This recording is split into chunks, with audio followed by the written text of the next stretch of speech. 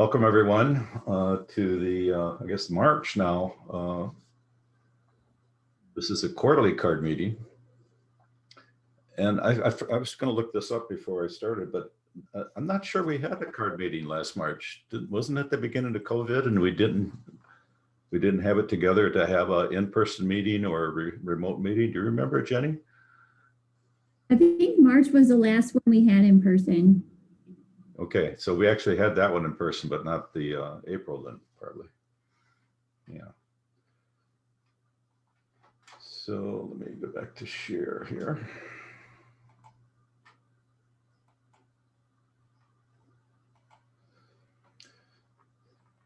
All right, so Beth, you want to take item 2? Yeah, so the next item is the approval of the minutes from February.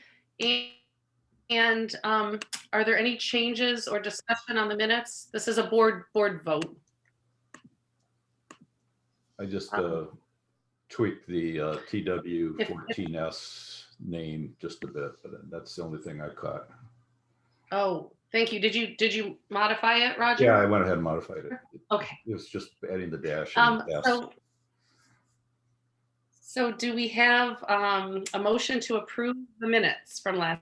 I'll move. I'll move that. Yeah, I'll second, or Roger can second. Yeah, whatever. And Roger. Okay. Everyone are all in favor of approving the minutes? Aye. Aye. Aye. Thanks, Beth. Anyone? Thanks. Okay, great. The minutes are approved. Yeah, and I gotta say, we all give Beth a hand because she's been doing yeoman work on this organization and keeping the minutes and the agendas going and doing a lot of communication. So let's give her a big hand because she's taken a lot of the load here. Could always use more volunteers to help us. Where's the button in Zoom that you can clap? Yeah, you can. There's a button? No, There's a reaction button, but I kind of think that just clapping on the screen is good. So old business, Dan Hamel, I'm going to ask you to zip through these because we've got a long thing, and so maybe just like a 1 or 2 word answer on all these. I'll try, Roger, unless I get questions. Number one, has the AG been able to get the data out of? No, it's still the document and data for the on-site investigation is still covered by the confidentiality agreement. We're still working on that. I'm a little unsure about the next one, the EGLE Response Memo and the AG opposing the Intervenors and Public position. I take it that's it's the response to the hearing and you know, we're not opposed to that. Josh Mosier is on the line if he wants to expand out of that. The arguments and proceedings about what can be done can proceed with what we had, are talking about doing and checking with the judge. But the hearing that's coming up is specifically for the stay that Gelman has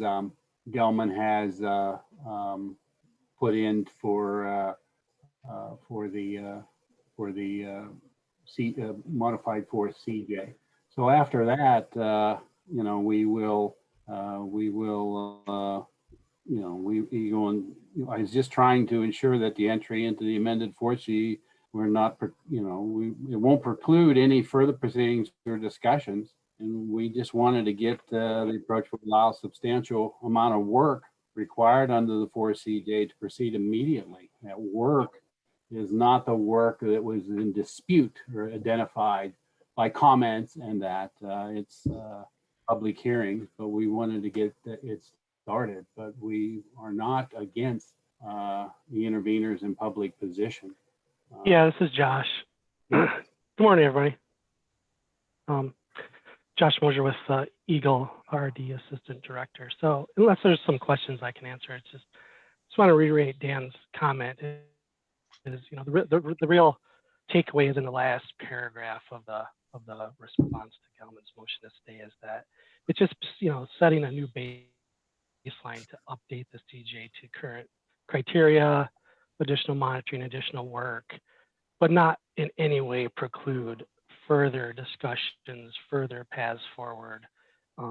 We just, whatever path is chosen, once everybody gets aligned in their positions, whether, whether it's seeking MPL or continuing litigation under state law, those things take time. The litigation takes years. The NPL, as we've heard, could take for remedy up to 7 to 10 years. And we don't want to be stuck with the 85 criteria and just the monitoring we have today. So we wanted to just update, get to that baseline where it's more current, but then, then we can supplement if litigation or MPL come into play later. That's it. So Thanks, Josh. Yeah. Yeah, because when the criteria changed from 3 to 77, it was done overnight. Right. And so again, it was part of this 4-year-long negotiation. We're like, we have to get that change. And we just thought it was prudent just to make that point. But that requires the polluters' acquiescence to that. Anyway, let's go. Right. Okay. Trend review, trend analysis review, Dan. We're still working toward having us at the next CARD meeting in April, having some information, on the trend analysis review. So still working toward that. So Dan, along those lines, I'll just interject here that once I get the 2020 data cleaned up, that's what I'm doing. I was cleaning up the 2020 data so I can import that into my Tableau Public mashups. And I've done the Tableau Public mashup through 2019, and about a third of the wells are either going up or level. And the other ones may be going down, but even the ones that went down are not going back up. So I'll be glad to go over those with you once I get that data cleaned up and imported into Tableau Public. We could like I've said in the past, we have already got some preliminary comments from CARD, from Dr. Lemke. We're taking a look at those and incorporating that into it. And it's just the first step of the trend. Yeah, anything you get from anything you get from Dr. Lemke, I've asked him for this and I haven't got it yet. I want to know what data he's using in his analysis. He never replied to me on that. So just for the record. I haven't got anything recent related to the, it was just the preliminary stuff you got that came up, last year, is what I have. So the status of the new compliance wells, again, it was postponed as far as putting those in to replace the ones that were eliminated in September 2019, proper CJ. And, they would have been addressed in the 4th amended CJ, but it has been rejected. So as I've said last month, when the court identifies that we are completely at an impasse or identifies the proposed 4th amended CJ has been rejected as far as the court, EGLE will work with Gelman to replace the compliance monitor. Yeah, so they're under the umbrella of the CJ, so they're being held hostage by the CJ. Thank you.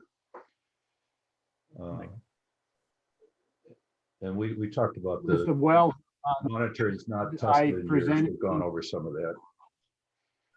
Yeah, I presented information last week. Roger has been commenting on that and adding questions on new wells. I'm compiling that information and we'll submit, that to Gelman and discuss with Gelman. So we, and again, like I said, Roger has been doing this last month, and I'm calling the next list to send to Gelman. And I'll have a little bit more to say on that during my segment. Okay. The next one, when we go Washtenaw County test Allen Creek drain. Well, we had our first meeting with the, like we said, we were, Evan called a meeting between Washtenaw County, EGLE RRD, myself and the RD, and Water Resources WRD division, who runs the MS4 program. That meeting occurred last Friday. It was the outcome of that meeting is basically Evan requested that Gelman's representative was Jim Brody, their consultant. Evan requested that and EGLE requested that some additional sampling be completed in the pipe and then also in the shallow groundwater outside the pipe at locations where it may be impacting the inside the pipe. What we asked for is a work plan on that. Oops. Okay. Lost you, Dan. The sampling activity. We took, oh, am I still there? You had a little audio break there. Yeah. Yeah, you're breaking up. You hear me now? Yeah. It's just a hiccup. Basically, the outcome was the request for a work plan. Jim Brody is taking that back to Gelman, and Evan has going to call another meeting here in the very near future, within a week or two, to continue movement of the MS4 issue with Gelman. So we anticipate that additional sampling will be conducted in the pipe and outside the pipe. So that's the current status. Yeah, I just want to interject for any Yeah, new people on that's regarding the dioxane that's finding its way into the Allen Creek drain pipe that's covered under a different permit than the consent judgment, and it's kind of a separate issue, but it relates because it would relate to near surface groundwater that may be getting into people's basements. So that's why We're gonna talk more about that later. Yeah, right. Okay, so thank you on that. MW 103. MW 103, as I've stated before, we've had some recent elevation, results where it has been above 85 at MW 103S, and we had issued a letter back in 2013 and 14, 2 letters, requesting that Gelman requesting that Gelman conduct additional work if that occurs. Well, basically because of the modified 4th CJ negotiations, that has been postponed. We're not going to try to, those letters really aren't enforceable, but right now we're not going to request that additional work as we figure out where the modified CJ is going, because that within the CJ there is additional work. There is some answers to the questions related to MW 103. The next one is a new one, the 2016 and 17 Gelman Wells resurvey locations. I provided those to Roger. I guess the question is, why were they corrected? Those particular ones were corrected or resurveyed because of visual inspection during the well sampling activities. So they added those to have those resampled, resurveyed to make sure that there was an accurate elevation for determination of groundwater elevation and determination of groundwater flow. So the specific ones were related to a visual inspection. Yeah, but Dan, who actually initiated those? Was it the consultant that's doing the surveying, or was it somebody else?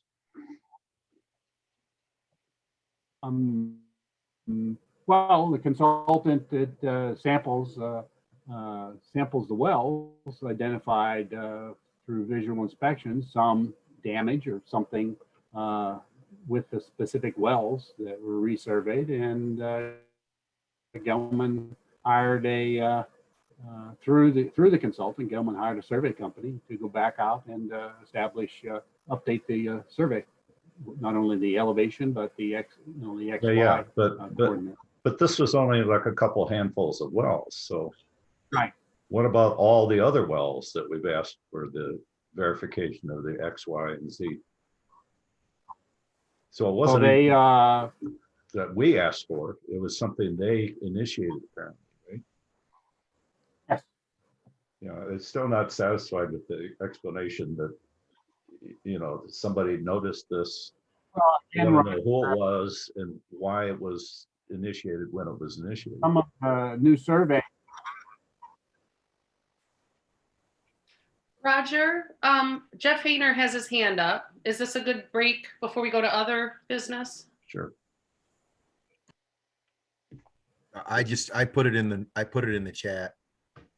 I just continue to find it appalling that we can't get some kind of higher up assistance to make these letters more enforceable. 103S has been in excess for a while now. Why are we monitoring if no action's being taken? What's the point of monitoring? That's all. I'm sorry. Well, I would tell you 103S goes up in the fall, early winter, almost every year, and then it goes back down. This year it did the same thing, although in October, November it was above 85. In December it was below 85. In January it did go back above 85. This has been ongoing for many years. I'm just talking specifically about 103, the 103S sampling. And again, it's part of the 85 is related to third amended CJ of an act, the criteria that is being enforced here. The 103S, so everybody realizes, is not at the exact edge of the current prohibition zone. So they are not out of compliance with the third CJ that 80, concentrations greater than 85 parts per billion are moving outside the prohibition zone. So the letters were written to request to identify what we think should be done to make sure that it does not go outside above 85. And they are, again, compliance monitoring letters. And I've been told that they are not like the CJ and enforceable without going to court again, as my interpretation. I would like to comment that that's right next to our house. It's like a block and a half away. And it's a shallow 103S is a shallow well. And over 85, it's right, half a block away from the prohibition zone. I would guess, and we've made this comment, CARD has before, that it's probably beyond the prohibition zone because it's so high. It's over 85 and it's so close to the prohibition zone. And I think, the issues that we're raising about shallow groundwater or near surface groundwater, percolating into people's basements, moving through neighborhoods, that bend in that plume is toward, the west side neighborhoods. And that's a real concern. As we move west, the Paul zone maps showed that the strata gets exposed, like in West Park, and as you move east, I'm sorry. And I think that's a real concern, and we need to not just ignore the fact that we could have exposures, and this is also potentially violating the prohibition zone. Thanks. Also point out that it's only one of 2 wells that are at that elevation, all the way back to the core. The other well that's at that elevation is MW87S with this amount of dioxin that's made its way through there. Now, unfortunately, MW87S is no longer there. There's no sampling here because that's where LA Fitness building went in, and MW 87S was lost to that construction. And it has not been replaced either. So this is the shallowest well for a whole mile here back to the Dolph Park area. There's a couple that are a little bit shallower. I want to point out that There's no you keep the monitoring in shallow- between here. We don't know how much dioxine's heading at those elevations that are heading towards the east in the shallow wells. Go ahead, Dan. I wanted to point out that the MW 103S, you're using the term shallow monitoring well. The screen interval is, I want to make sure people understand, yes, it's the shallowest of the cluster at MW 103. There's a shallow, intermediate, and deep well there. The screen interval where it's the groundwater is being sampled and monitored is 58 to 63 feet below ground level. Yeah, 58 to 63, just right? Put that 58 to 63. Right. So using, yes, it is the shallowest, but be aware that it's, quite a distance. The depth is like I said, 58 to 63 feet below ground level there. Yeah. So you're only about 5 or 6, maybe 8 blocks from West Park. So not like this is a very steep watershed. And Well, this would probably be these more layers will. This would probably be more related to Waterworks Park in here than West Park. West Park's up here. But you're right, it's the same kind of thing. You don't have to go very far here and you lose that 40, 50 feet. So anyway, I don't Very steep watershed, Right. very flat. Right. Okay, I don't think Evan is on this call. He said he had something else to do. So the B item, I'm not sure we can, let me reshare that. Share. I gave an update about that back up under the old business. Right. We had our first meet on Friday. And Yeah. requested Gilman submit a work plan for additional sampling in the pipe and outside the pipe. So that meeting already anticipating, happened, right? on Friday, last Friday. Okay, good. And Evan has already initiated,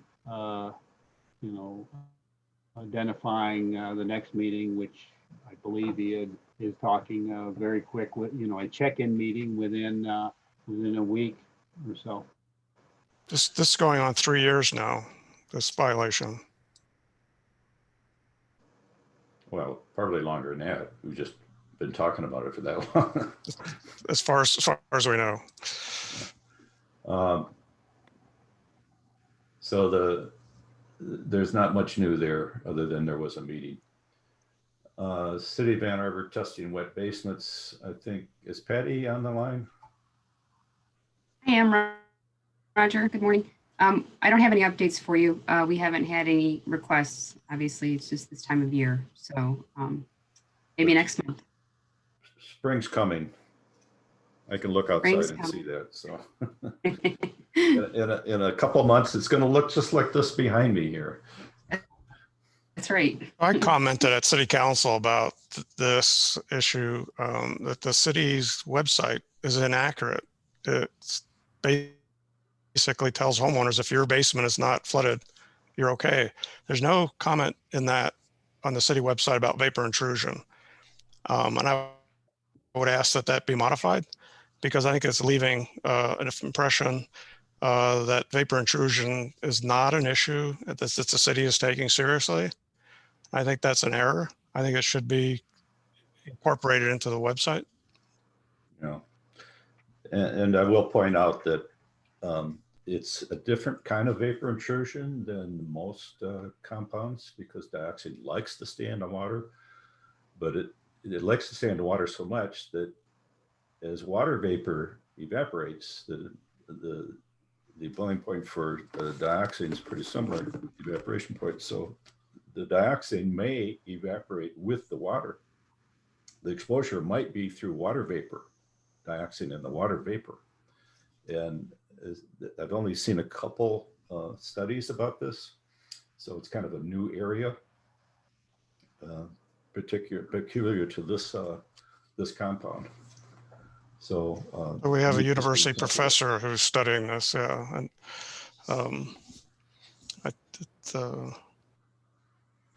Yeah, a lot of wet basements on the west side. Potential.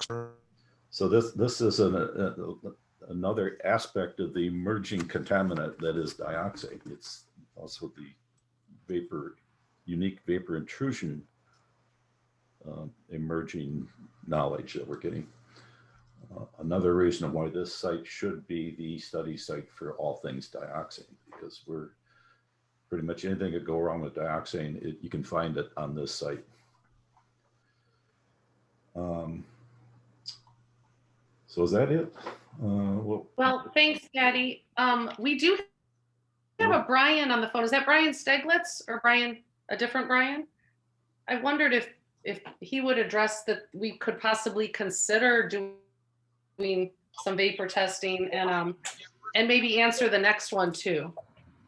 Hey Beth, that Brian is Brian Nagel. Hi, Brian. Okay, thank you. I'm in a car, so I'm like doing this on my phone, and I'm not driving, but I'm doing this on my phone. So Actually, we can rename you. Beth can rename you here, so people don't get confused. But yeah, I think this last item here, that the bromate testing, as far as we know, the bromate testing was mandated by the city's agreement with Gilman, the settlement agreement, when the city tried to intervene back in 2006, I think it was. That agreement called for bromate testing at the mouth of Honey Creek, where just before Honey Creek empties into the Huron River. And because of Dan Hamel's testing of dioxin at that same location, we found out that it's not at the mouth of the Honey Creek, that it's a half mile downriver in the river. So we're wondering if the city is finally going to require Gelman to monitor bromate where it was specified in their agreement. It seemed to me that the company is violating the agreement. So that's all that's about. And as far as I know, nothing's happened. In the river, the bromate detection level is below 1 part per billion. We don't know what the bromate level is when it exits Honey Creek, which is just a 1/6 of a mile downstream, 1/3 of a mile downstream from behind my house. This is Honey Creek running behind my house here. So it may have bromate in it. We have no sampling of that anywhere down this far on Honey Creek. So. All right. Well, I guess there are a couple more items here. Superfund letter status delay. Beth, you want to speak to that? Well, I think that's what Congresswoman Dingell is going to join us to talk about. So maybe we could, unless anyone else wants to talk about it, like Kathy Knoll, Kathy Griswold. Well, we know Debbie's going to get on soon, so maybe we just defer to her when she comes in. Why don't you cover the next one, Roger? That was about things you talked about last time. Yeah. I talked about the stakeholder information. We have information infrastructure problems with this site because information gets held within the local jurisdiction and somehow doesn't make it out to all of the stakeholders, CART stakeholders who could use that information. So I think it would be useful to do an inventory of what are the types of information that that different jurisdictions have that should be shared among the stakeholders. And this is not information that would be privy to negotiations and things like that, although, you know, there's some data that's, oh, here's Debbie. So let's go ahead and let her in.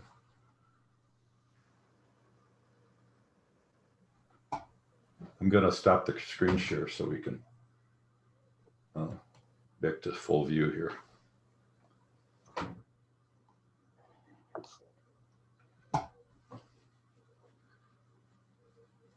Hello, Congresswoman Dingell. Hello, Roger. Hello, everybody. Are you seeing everyone on the screen? Look at all these people waiting here. Well, everybody looks great. I just look forward to the day I'm not seeing you in boxes. Yes. So this is your time. So, are you telling me to go ahead? Yeah, Okay. please do. Well, good morning, everybody. I have had many conversations. I apologize that I can't be there at the beginning, and I had to do a speech with Senator Casey, and you wouldn't know it, but I'm actually at a hearing right now on healthcare and telemedicine. But I wanted to talk to you about what's been happening, so you're hearing it directly from me. I've had many conversations with many of you that I'm seeing in these boxes, as we call them, since everybody voted to go to Superfund. And I would like to say to you that, one, the governor is not ignoring this. The governor, I have been working with EGLE and working with EPA. About 10 days ago, 2 weeks ago, for EGLE first wanted to have a meeting with EPA themselves, and they did. And then I had a meeting with EGLE and EPA, probably it's 10 days to 2 weeks ago, to talk about, because there's a lot of misinformation out there. There are many people that are calling many people, asking questions, hearing different things from what's being said to them, and a lot of misinformation, and a lot of people, we all need to be communicating straightforwardly. I guess I will say this. I want to say this for, I don't know, colleagues I know, with that I got a call after there was and I am not a party to the lawsuit. Everybody needs to remember that. So I am not included in any discussions related to the lawsuit, but that there had been a meeting with the Attorney General where the lawyers had, and Polly, correct me, this, you know, that this has been said to me, the lawyers had said that the communities did not want to file for Superfund. So that left a lot of confusion among state leaders about what that meant. So that's when I talked to EGLE again, EGLE, EPA, and I had a meeting approximately 10 days ago, and said we need to get all the communities together again. We have gotten the date now. It will be the 18th. It's going to be at 5 o'clock on the 18th, but nobody knows it yet. I finally just was going to get that date down before I met with CARD. So we finally pinned the date down this morning, but I've got to call and get the meeting set up. I got to call and tell all the, Kathy Knoll, I can tell you that because you're on, but, and I've got to call the mayors and tell everybody we've got the date. Everybody knew that I was trying to get that meeting set up. And we will have a meeting with EGLE, with EPA, and the 4 communities to answer the questions that you all have and hear it directly from what they're saying is possible. Coming out of that meeting, we got to try to really all be on one page. I think the state is trying to do what the community wants it to do, but there are mixed signals being sent again about what it is. I actually heard some things at that meeting with EPA and EGLE, which I think need to be expressed at that meeting on the 18th to help everybody have a path forward. but it's really important that the communities, that the elected officials of those 4 communities come to consensus, and that the lawyers are in consensus with the elected representatives, so the state is understanding what track people want to pursue. So that's what I wanted to say. I do actually think there's a viable path here that takes care of everybody's concerns, but I want EPA and the AG's office and EGLE to be the ones that say, this is how you can go. I think there were a couple of questions that the AG's office, Brian and Polly, were kind of looking at, but I do think that EGLE can continue forward on a path of making sure that the site continues to be cleaned up. My hope on a new consent decree, while some work is being done, while the EPA is doing some initial work. But I think it's better that that be a conversation with everybody. So I wanted to, I think some people think nothing's happening. That's not the case. There have been so many, I think I had 150 calls the weekend before. And I know that, you know, when I met with EPA, I said, I know you have to be getting all these calls because people are telling me that they're calling you. And we all have to be on the same page. And I do think that a very serious issue is the lawyers being on the same page as the elected officials. So does that, I don't know if people have questions, if that helps, tells you where we are, but I will work towards getting that meeting set up on the 18th at 5 o'clock. What time, 5 Vince? o'clock?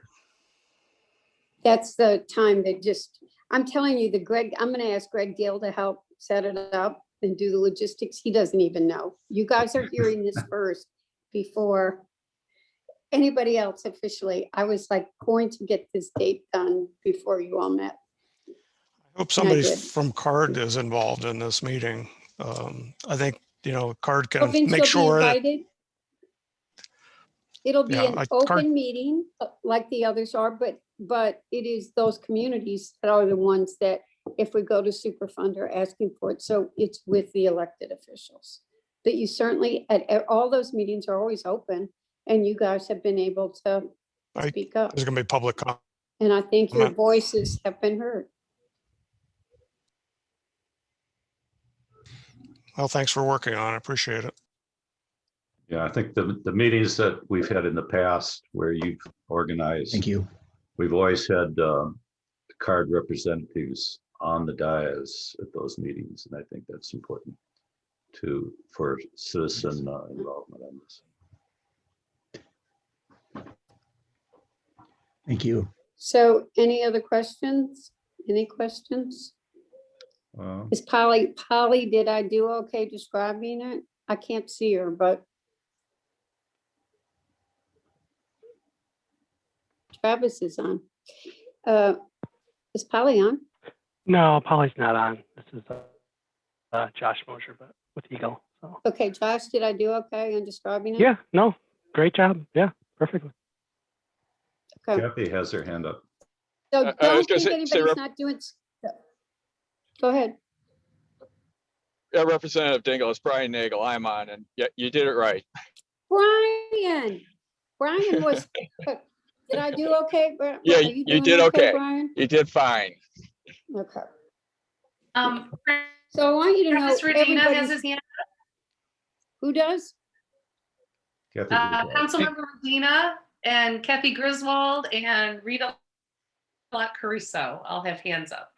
Why don't we go in that order? Thanks, Beth, and Congresswoman Dingell, thank you. And I just wanted to publicly thank you for your work on this. And you know, I think it's really important that we as interveners are getting back together, because there have been a lot of changes in our local boards. We have a new chair of the county commission. We have, you know, 5 new members of the city council in Ann Arbor, and new leadership in Scio as well. And so I know that one of these meetings hasn't taken place since all of us were seated. And so I think it's really important for us all to be together and make sure we're still on the same page and just get all of that information together in one place. And so thank you so much for your continued work on this. And I just wanted to express my appreciation for your continued partnership. So thank you.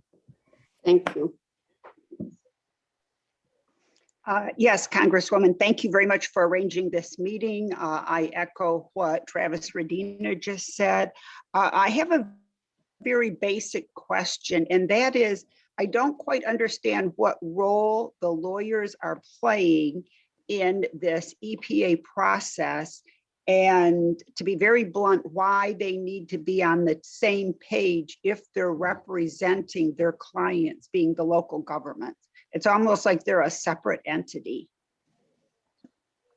Well, I would get Brian to help me answer this question. They represent you, and the AG's office is trying to do what you all want to do. So you all hire these lawyers to represent you in these, and that's, I think, where the AG, the meeting with the AG, and I think EGLE was in the meeting, if I'm correct, Brian, and people were very surprised at the disconnect from what they had heard and what they heard in that meeting. But Brian, maybe I should let you answer that question first, please. Yeah, I don't want to dig too deeply into the meeting that we had because it's probably under the scope of the confidentiality agreement for the negotiations. But my understanding now from speaking to the other lawyers for the interveners is that everybody is on the same page. Okay. There's not real dissension. There's no dissension going on. Thank you. Hey, I just say, what does it mean by all on the same page? And I'm being very simplistic just because of the volume of questions that we seem to get. As their clients, there's you know, the NPL listing approach and all that. Oh, okay. Thank you. And again, I don't want to be inflammatory or anything. I'm just trying to save time by making sure we're speaking very clearly. Yeah. I think everybody would like to see that page. We have Rita and then Commissioner Sushi. I can be very brief because everybody has said most of what I wanted to say. Hey, Rita, I can't hear you. Really? Just lean in a little bit. No, it's. We can hear you, Okay. but the volume is a Can't hear little me. low. Oh, okay, that's odd. Okay, so everybody said what I wanted to say pretty much before me with the questions. My only concern is that it did disturb me to hear Congresswoman Dingell, you say that there's a disconnect between the lawyers who are supposed to be representing the governments and what the governments are saying. And the problem I have is that we keep delaying. We delay and we delay. And of course, there's a change. And so, yes, there's new council members. Yes, there's new representatives at different board levels. And this is always going to happen. And so when does it stop? When is there a position that's going to be respected? And quite, I'm getting sick of all the 1,4-dioxane in my life, all of this activity that is necessary just to stay on top of this. And, there are people whose job it is to do these things. And I'd like to see the EPA come in here just because I don't think CARD should be working so hard, to be honest. And all these government agencies took and representatives took a vote, but then there was an election and now we're not supposed to do anything. It's very frustrating is my bottom line. Bye. Rita, I would say to you that other people share that. I know that 3 communities are still, I'm going to be very blunt because I've talked to everybody. 3 communities are still totally on the same page. The 4th community may send out mixed signals, but I'm hopeful. Brian was on the call with me when we were with EGLE and EPA, and hopefully we have a path forward that will deal with your frustration and will make people happy in the direction we're going.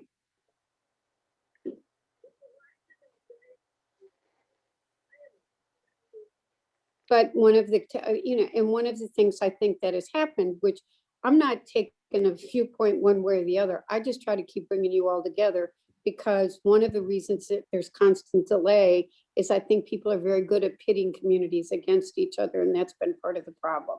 And I think people have been working very hard to all be on the same page. Well, thank you for everything you've done. It's really made a difference. Yeah, you're pulling together everybody. So Really we made keep it. moving that way. Well, and Brian's, I want to say this, the AG's office is, and we're getting there. It's more work than any of us want, but I think we're moving in the right direction. Well, as I keep saying, we have to be as persistent as the compound we're trying to get rid of. But we're not going to live that long. Well, that's why we have to be able to sustain this after all of us are gone. And a lot of that's falling on me. You guys, let's not all be this. Or Beth, who else? Sue Shink.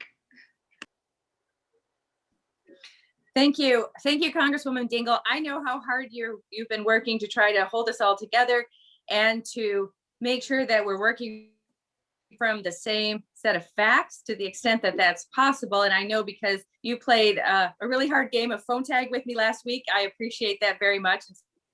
Sorry that I wasn't more available. I had a little series of crises happening.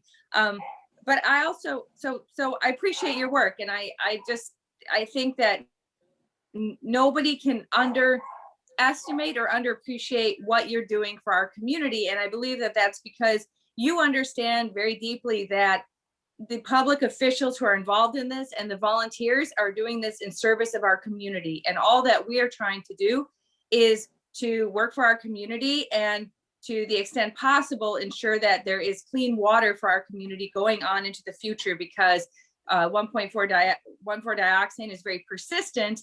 And the further it seeps, the less clean water our community has. And I just want to reiterate, because there's been mention of different a new chair of the board. I guess we'll just go there. That our county's position has not changed. There's a resolution that governs our position that has not changed. And until anybody were to see a new resolution, our position has not changed. And so I think that's important when we're talking about the communities and the positions, is that as long as there's a community resolution, that is what governs. And so individual members of any of these boards may not speak on behalf of the board unless they're speaking from a vote. That's certainly the case for the county. I guess I should be careful not to speak for other communities. But I think that needs to be remembered, that we are our votes. And so our position has not changed. I look forward to this meeting. I think it's important that everybody involved take a really big breath before we go into it. And I just want to, again, thank you, Congresswoman, for your work. And thank you, CARD, for your work too. And everybody, but we've got to find a way that doesn't leave the interveners out, that's not strong arming people, and that is a cooperative way forward to get this thing, if not entire, I mean, I know it's not going to be entirely cleaned up, but to make some progress. And so I guess I could probably give a longer speech, but I won't. Thank you. Thank you, Sue. It is very clear that 3 of the communities are on the page that they've been. And I don't know what happened in that meeting, as Brian said, everybody's on the same page now. For the lawyers, there's one community, I think, that's still struggling with this, even though they did take the vote. And I think hopefully on the 18th, it will be made very clear to EPA and to EGLE where people want to be. And I would like to come out of that meeting with a strategy. Does anyone know whether any of the meetings have talked about objectives of the cleanup? Like, I know that the proposed settlement included a very unacceptable objective of stopping the cleanup when it got to 500 parts per billion. And that was a deal breaker. That never should have been in the original consent judgment. And in this latest rendition, it was going to be applied instead of just to the very small core area, it was going to be applied to the whole site. And that, objectives like that should be discussed with the public. Like, what is the goal of how much cleanup is enough?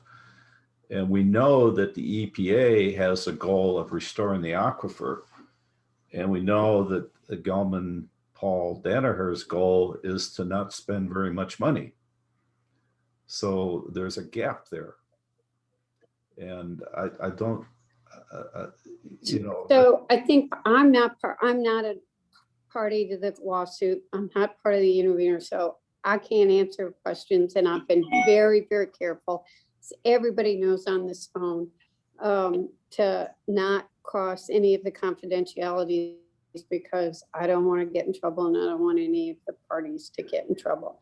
But what we did say and what did happen was, after a deal was negotiated, it would be made public by each of the communities. They did that. There's been clear dissatisfaction. So you're back at the table. So I think I get confused even by the lawsuit and where you are and who's at play. But I think that people have been trying to make this an open and transparent process, Roger. That is what happened on the latest consent decree. And I think Brian's the lawyer here, but I think we're not allowed party to the case. But I do think that there is commitment to be transparent about it to the communities. And there was objection, and that's why it wasn't agreed to. Yeah, and I understand all that, but when it comes to solving problems, the first step is to properly and adequately define the problem. Now, it may be that the company has defined the problem to the extent they want to define it, but some of that sampling that they used has not been made public. It might have been discussed in the negotiations, but there's been some secret sampling at the core site that we've determined by looking at aerial photos and looking at well log information from the county, that we know there's sampling been done. There's actually have some pictures of wells that were installed, and we don't have data on how deep those wells are, what kind of sampling is done. And it seems to me that in good faith, the company would release that if it supported their argument. And we the fact still that haven't they're seen not any of releasing the that, data. the fact that they're not releasing that tells me the opposite. Like, this is damaging information, and that's why they don't want to release it. There's a couple more hands up. We have Jane Klingston, then Kathy Knoll, James Demore, and Vince Caruso. Debbie, thank you very much for doing everything that you're doing to help with the dioxane issue. It's been an issue that I've been following since I was young, and I would have never thought that it would have been allowed to get this far. Now, where my son goes to school, we're concerned it's fast approaching, and we want to make sure that there is funding for testing to make sure we know when it reaches the school, not when it has gotten to the school. We don't want to find out afterwards. Our kids come home muddied and rolling in the mud. There's a lot of water on the site, I should say, just because of where it's located. It's part of the creek branch that goes by there that goes straight to West Park, and it's about a half a block away. We have a lot of environmental water already on site, and we aren't sure. It's definitely not from the building. Some of it's probably from surrounding areas due to elevation, but we also don't know how much of it's coming up from the ground. So I just want to make sure that this doesn't fall off or become a tragedy before we end up getting cleanup that is going to slow it from intruding into Ann Arbor any further. So anyways, thank you for all you're doing. I appreciate it. I just want to clarify, there are seeps at Mac School, just like we have at West Park. So that's a concern. Yeah, and I'll point out that that is in the Water Hill neighborhood. It's 6. They call it Water Hill. That's it's on our agenda for later, I believe, today. Yeah, I also want to add that the notes Thank you. about elevation, the elevation maps don't show how far down the school goes. So it's actually lower than it shows. I mean, I know EGLE is paying attention to this too, we'll see. So we need to make sure we keep it. Kathy? I just want to be. Okay, I want to say thank you again to Congresswoman Dingell. And just so there is no confusion, I want to reiterate that the Scio Township Board is strongly behind pursuing NPL listing and EPA involvement. This has been stated very clearly. Our attorney is communicating this message now very clearly. So just so everyone else here at this meeting is aware, that's the position of Scio Township. And I thank everyone for the work that they've done. Thanks, Kathy. And I know Mike's been for Superfund for, his township's been there for years. And Sue so I'm now making clear what 3 communities are very clear where they want to go. Yes. James? First off, thank you, Congresswoman Dingell, for your leadership on this. I don't think we would be here where we are without your leadership in this area.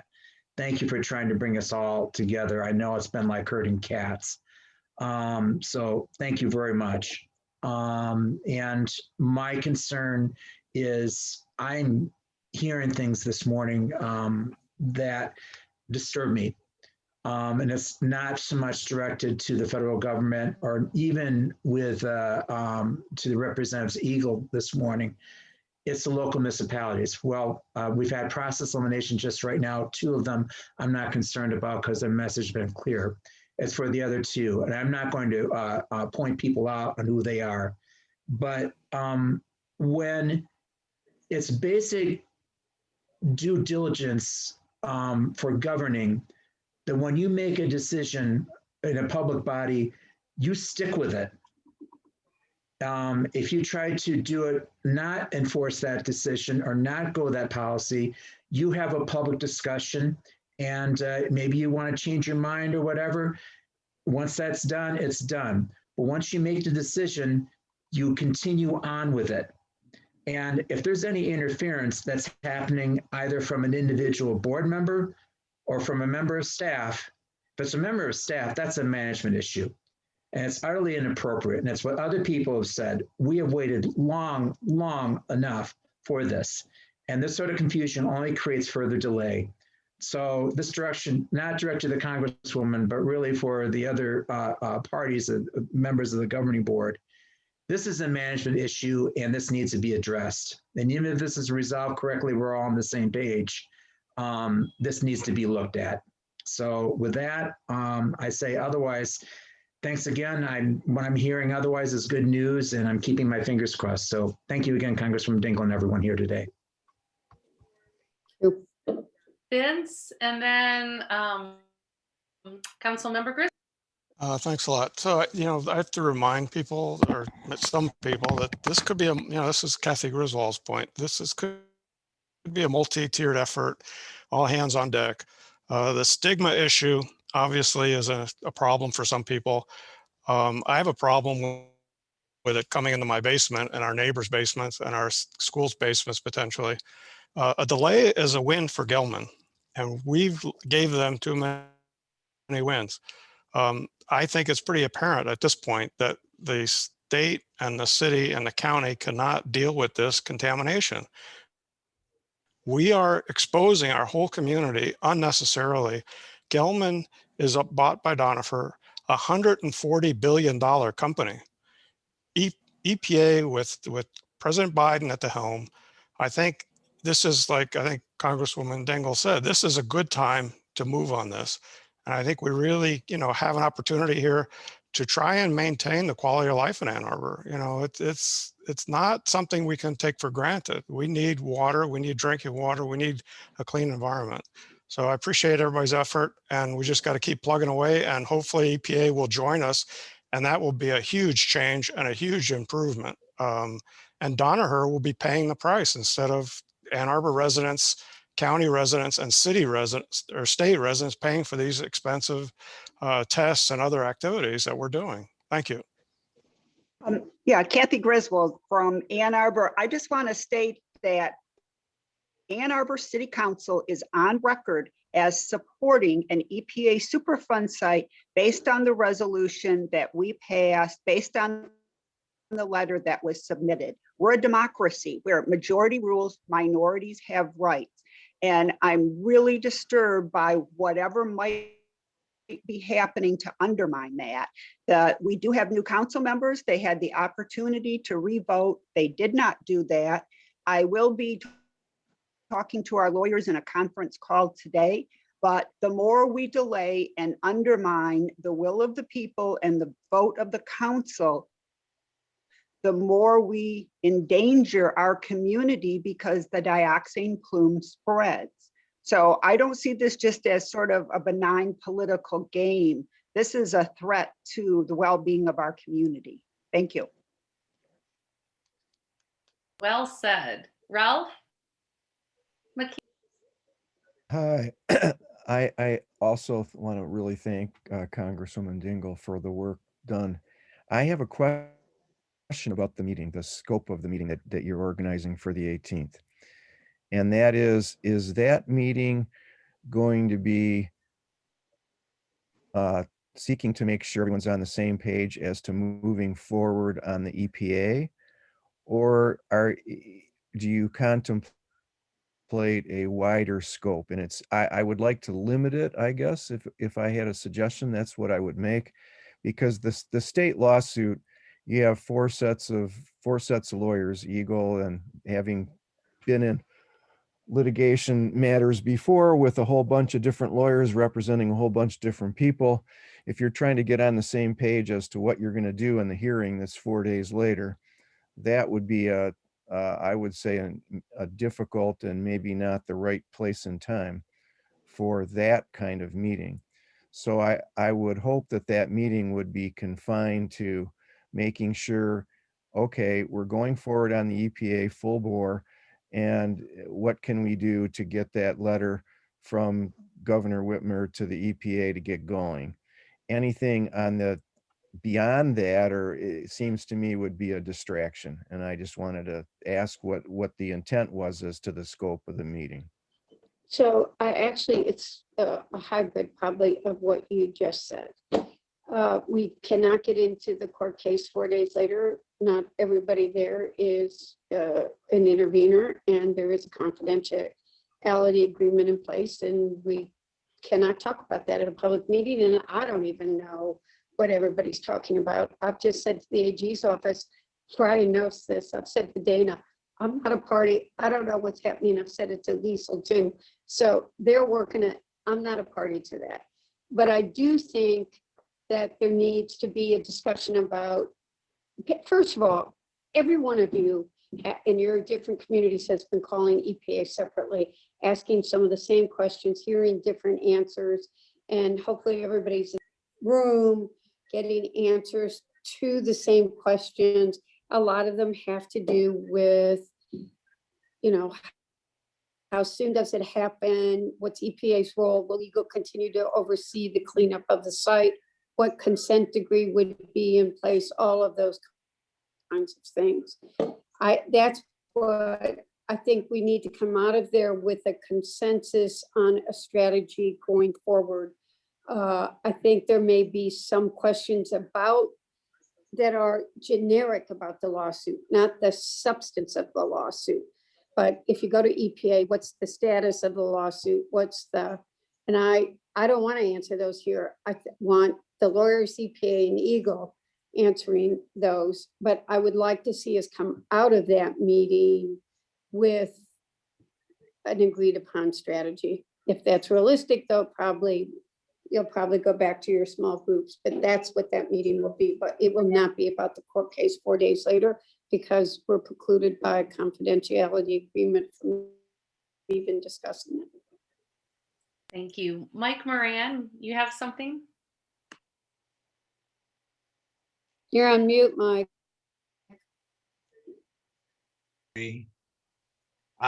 Okay.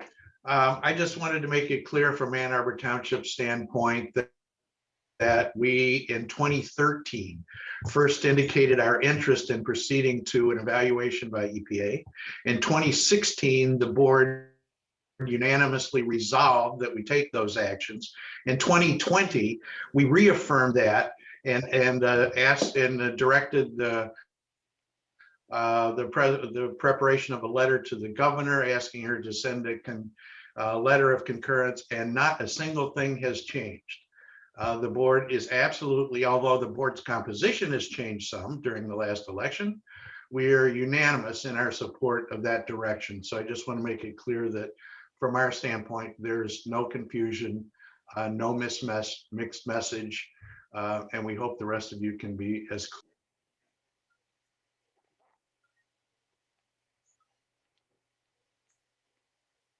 Thank you. That's all the hands we have up right now. I'll let you guys go back to the agenda and I'll go pretend I've been at the telehealth hearing the whole time. But thank you for what everybody's doing. I mean, everybody cares and you wouldn't be here if you didn't care. And we just have to stay together and not kill each other, but work together. So thank you. Thank you. All right. See you Thank you. later. Bye-bye.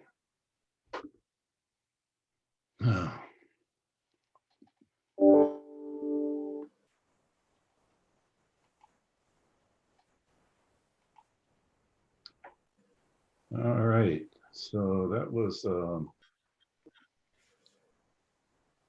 item D on old business.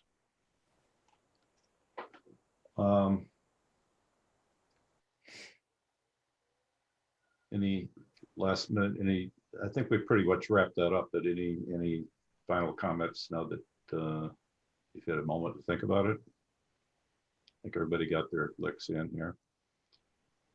It is disturbing that we're still talking about next steps when all the local governments and CARD have indicated what the route should be. And when I hear somebody saying, well, the Superfund process is going to take too long. Wait a minute. Now I'm starting to understand why it takes so long. It's because we got some foot draggers who are working against it. And if anybody says it's going to take too long, well, look what's happened so far. It can't be any longer than what we're already seeing. We have the resources in this community to help get this going in a hurry.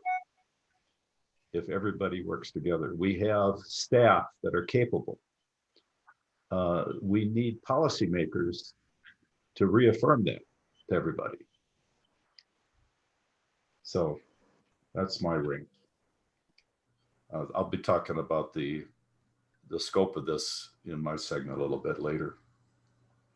As far as for volunteers, one of the things that, let's see if I can bring this up here, share this screen, is all of the entities that touch on the Gelman issue. I have in this information infrastructure diagram that I created probably 3 years ago now, and encouraged all the local units to and all the entities that are shown there to think about what role, what elements they have. I know that you don't have necessarily budgets allocated for this, but in order to get this problem solved, we really have to think about, here's all the things that here's all the entities that I've identified so far. There's probably more now. You know, CARD being at the center of this because it was formed by all the local governments and citizen groups. And we got the different local government entities. We've got the whole Gelman, Paul Danaher. We've got DEQ, EGLE, which used to be DNR, DNRE, and MDPH. We got this Attorney General. We've got our local representatives. We've got citizen group SRSW that's actually funding this Zoom call. This is not a public funded, this is actually volunteer funded Zoom because we can't meet in person. We have no budget for CARD. If we did, we actually have a treasurer, we could actually spend money. But the local units or anybody hasn't kicked in any money for this. And if I get hit by a truck tomorrow, a lot of this infrastructure goes away. Not that Roger, just to, I want to add that when I don't want that to happen, but you know, we're all, I'm getting older now, and we need to think about continuity of this. How do we, how does the community keep its institutional knowledge of this together and shared and indexed for the life of the cleanup? Because we're not talking about 5 years anymore. We're not talking about 20 years anymore. We're talking about many decades. Everybody on this call should be thinking about that. Like, what do we need to do as a community to keep this together and not let it get out of control, not let it backslide? And that's we need volunteers to help with some of that stuff. So any comments? Jeff Hayner has his hand raised, and then Jenny, did you want to say something too? I want to defer to the county. Go ahead, Jenny. Oh, I was just going to state that when CARD formalized a few years back and created bylaws, the intent was to go back to the local governments that had the original resolutions to support CARD and ask for some funding. And I think this is a great time to do that. I would agree with that. And we are right in our budget cycle, and I'm going to try and put something in there. And I also wanted to recognize that Jane Clingston, who was on the chat here, has made the suggestion that perhaps CARD needs its own legal representation. And I'm not sure that that's a thing that happens because of the relationship with the county and the city and so on. But, you know, we have some excellent legal minds on this call today. Even I see 3, 4, 5 of them out there. And so we, in a way, we kind of do have that, but we haven't made any formal commitment to that. And sometimes I do wonder if that would help. I prefer to see staff support for all the things that I do first. Ralph, you have your hand up. I just wanted to, I would like to direct a question to Mr. Niggle, but I don't know if this is the right place in your agenda. I'm sort of confused as to where we are in an agenda way. So if you want to talk about internal CARD stuff, I'll wait. I think any time is a good time. We've kind of bounced around today. Yeah, might as well do it now. So I'll ask this question. Is there any reason to think that if the state court litigation is going on, that will impact the EPA's decision to make this a Superfund site or not make it a Superfund site? And if there's an opinion as to that, I'd like to know what the basis of it is. So I'll direct that to Mr. Niggle. Hey, Ralph. Just briefly, though, just wanted to mention it. I think we crossed paths many years ago at Honigman. Is that correct? I used to work there. Yeah, me too. Yeah. What years? Oh, this would have been like right out of law school for me. So when was that? I can't even remember. I'm older than you are, 86 to 91. You know, it was probably 88, 87, 88. I graduated from law school. Yep. Time for. Yep, we would have been there at the same time. Yeah. So the impact of the litigation on EPA's listing process, honestly, we've heard some shifting positions. And at one point in time, we had heard that they wouldn't even look at it if litigation was ongoing. Now I would say that that isn't the case. And their expectation would be before there would be a handoff, that there would be, the litigation would have run out by then, run its course. The EPA, I think, would much prefer to have a consent judgment in place, as not active litigation, but some form of a consent judgment in place that is part of the mechanism for the handoff.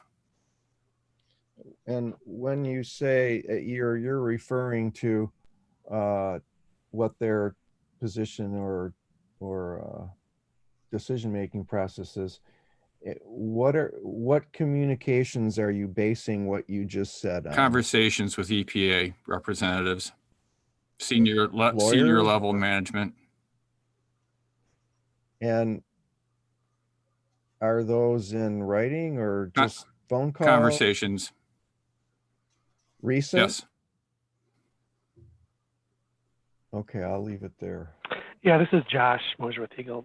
I mean, that's something obviously that we also want to make sure we have clarified in the March 18th meeting, exactly what, not just what the alignment of the communities is, but what those options are and how it would work. So everybody understands it, from one voice, not a bunch of meetings that separate people have. One voice. We go in there, we explain, what can EPA do now? Why, while this litigation is going on, because we can't just stop it in its tracks, and how far can they get and when will it have to end, and then what mechanism they would use to transfer it if that's the way it's going. But what can they get done before that while we're working in state court under state law until that's transitioned over? I forgot to ask Congresswoman Dingell this, so I'll ask you guys this. Are we expecting that EPA representatives with authority to really say what they mean going to be at that meeting? That's our hope. I mean, we spoke to, Region 5. We spoke to Central, and we had regional council there, right, Brian? Yeah, that's right. That's what your anticipation is? So your anticipation is that senior staff and lawyers will both be there at that meeting? I'm not sure because I'm not setting it up, but I'm expecting that whatever message they give will be aligned with their senior staff and their attorneys. Again, this isn't another meeting to go, well, here we're hearing something different now. This should be a meeting of, this is how it can happen. There's no sense having this meeting to get everybody aligned if people come with unsupported positions and statements, right? So that's the goal. Okay. We have a couple hands up. Jackie Corto and Commissioner Sushi. Hi, I just wanted to follow up on Roger's comment about funding moving forward and Jenny Kahn's comment as well. Just, if this does move toward a Superfund process, there is the community technical assistance grants that are then available for communities to hire support. And I just want to make clear that those are available to community groups. Those are not available to the units of government. So now is a good time for CARD and for SRSW to be considering what you all would want to do moving forward in terms of applying for those grants and getting further funding. And I think, as Jeff Hayner said, yes, the communities certainly would consider funding requests and how we can support the work. We need to hear what it is that you all that's needed. So thanks for that. Yeah, and I'll point out that the EPA grant is only $50,000 a year, which is like maybe half a person, something like that. So that local governments could kick in a little extra too, because this is a huge issue, and for the local community's interest to be represented. Think of all the volunteer time we've spent. Think of all the staff time we spent that hasn't been budgeted. We're already spending this. We just have to do it in an organized way. Eric, you have your hand up. Oh, I'm sorry. Sue Shink, and then Eric, and then the phone number ending in 464. Thanks, Beth. Thank you, Beth. I want to say thank you to Mr. McKee for asking the questions. I think given the sensitivity of the issues here, I want to be really careful about what I say, because it seems that at this juncture, particularly where the communities are feeling very strongly that, I shouldn't say the communities, I'll just say me personally, Sue Shink, I feel very strongly that there's a lot of wrangling going on behind the scenes that I'm not involved in. And I think that's why I said to Congresswoman Dingell, with everybody able to hear, please remember that these communities are working for our people. These are our people. 100,000 people live in this area, and we depend on the water that is either under the ground or in the river, and that there's nothing capricious going on here. We are very somberly working to try to find the best resolution to what shouldn't have happened. This shouldn't happen. And so I have been frustrated and am hopeful that the communities will be given a clear path to preserve our rights in the lawsuit and to seek the assistance of EPA due to the national government having an incredible array of resources that can support the work of our state, which has been ongoing for these 40 years and has been very important in the plume not being worse than it is. And I'll just say, I beg of you, everybody who has any power in the situation, to please remain mindful that these are our people. We are a people together trying to work toward a resolution, and the enemy is 1,4-dioxane. And we need everybody to be considerate, and we need everybody to be very thoughtful about how do we create a situation where our people are cared for. And so I thank you for your work, and just ask everybody to please remain mindful. And I am looking forward to the communities being provided a clear path to ask for EPA help that doesn't contain a procedural possibility of making a mistake that when we're trying to do the right thing, that could compromise the situation. Thank you. I think it's my turn. I just had a question about what is the status of the governor's sign off on the EPA process. I mean, we've asked the governor to do that, I believe. Can you tell me that? Well, she's considering doing it. I'll let Roger speak. Well, I've heard that then she heard that some of the parties were not all on the same page. So then that brought, which we know it's the city of Ann Arbor, and it's not the whole city, it's a few.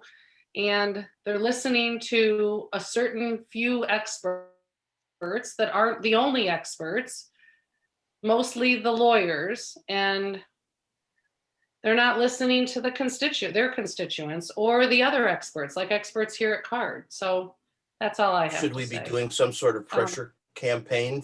Should we be sending letters to the governor or getting people to send letters to the governor to encourage her to sign? That's what that meeting is about. Yeah, but can I weigh in here? This is Josh again with EGLE. So that is what the meeting is about, is to make sure there's alignment before the path forward is chosen or signed off on.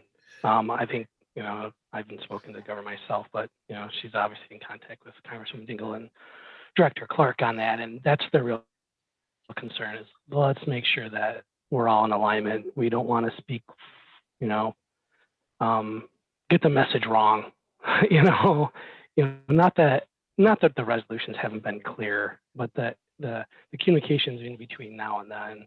And, you know, are we going down the litigation path? Are we going down the NPL path? How do those two come together, or are they separate? You know, if we make a procedure, like I said, we're going court. Well, does that make the NPL collide with that, and then it bounces off because we wasted time because we're in state court under state law? So again, the meeting to explain, here's what can happen under state law, and here's that path. Here's how that can or cannot mesh with NPL. When can you start that? When do certain things have to happen in order for there to be a transition? The governor and our director and the Congress all want that all clear, and that everybody understands that message, and it's one message before they act on anything. That's the sense I'm getting. So that is the March 18th meeting, is to make sure that everybody's aligned. Not just Josh. You want this, and here's how this can happen. Well, that type of alignment too. Thanks, Josh. I mean, officially all the parties have agreed. I know, but there's a way that has to happen, and we want to make sure everybody understands the way that and there's to manage those expectations. It's like, I thought we were going to NPL. Yes, maybe that's the chosen path, but we're in state court under state law, under a state consent judgment, and what has to happen to that, and how long does that process have to play out, and what can EPA do now to move it along, you know, before there's a handoff. So we want to manage expectations once we say this is the strategy, but here's how it has to happen, and here's how it can happen. And so there isn't this, well, I heard this from so-and-so, and I heard this from so-and-so. It's all, no, we all heard it. We're all in the same room. If we want to do this, this is how it can happen, and here's the expectations. And there's no guarantees, you know, the NPL process, even the court process, you can say we want to litigate that, but there's no guarantee that you'll get any more than the third consent judgment out of that process, you know, or just maybe a change in criteria. You just don't know. 201 is its own animal, its own beast. It's not CERCLA. And then there's certain things that have to happen in CERCLA for them to actually determine what the remedy is. But they don't want it. We can't be under a state order and have them do work, you know, RI, all that stuff, remedy selection. They can maybe start some work, is what we heard last time.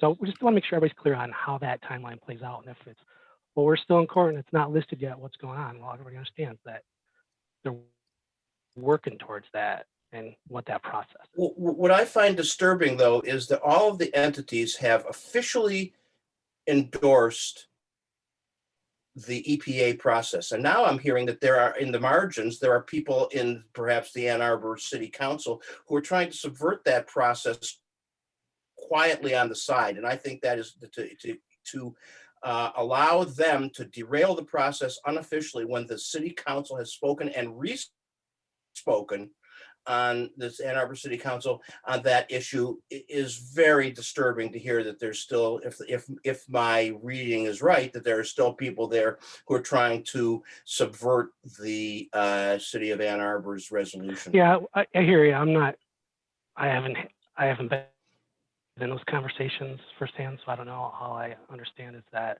that's why we're doing this March 18th meeting, is to clarify all those expectations. That is a concern, Eric, strategy. That there may be some people working behind the scenes to kind of try to find a simple way out, but this handoff could get messy if it's not done right.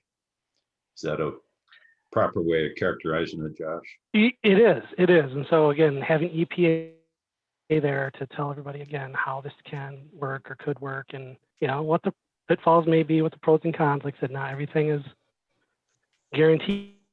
You know, until you get to remedy selection, you really never know what's, you know, if the aquifer is going to be restored or what the possibility is, but they can tell you what the process is on how to evaluate in the time frame and what needs to happen under state law in order for them to take over, and when can they take over, you know, in that transition, and there has to be a transition plan for that.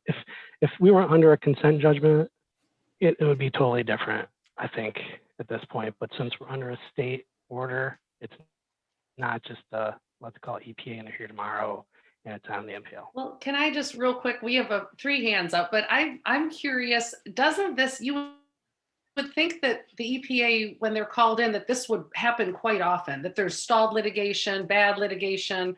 Yeah, and the message we got was they've tried to do this before and they got burned, and, you know, through the legal wrangling. So they have to have a clear path and a clear transition plan. Well, They're not just going to step in without that. Then why would we just not stop the litigation, stick with CJ3 and get the EPA in? I mean, it seems simple enough to me, but.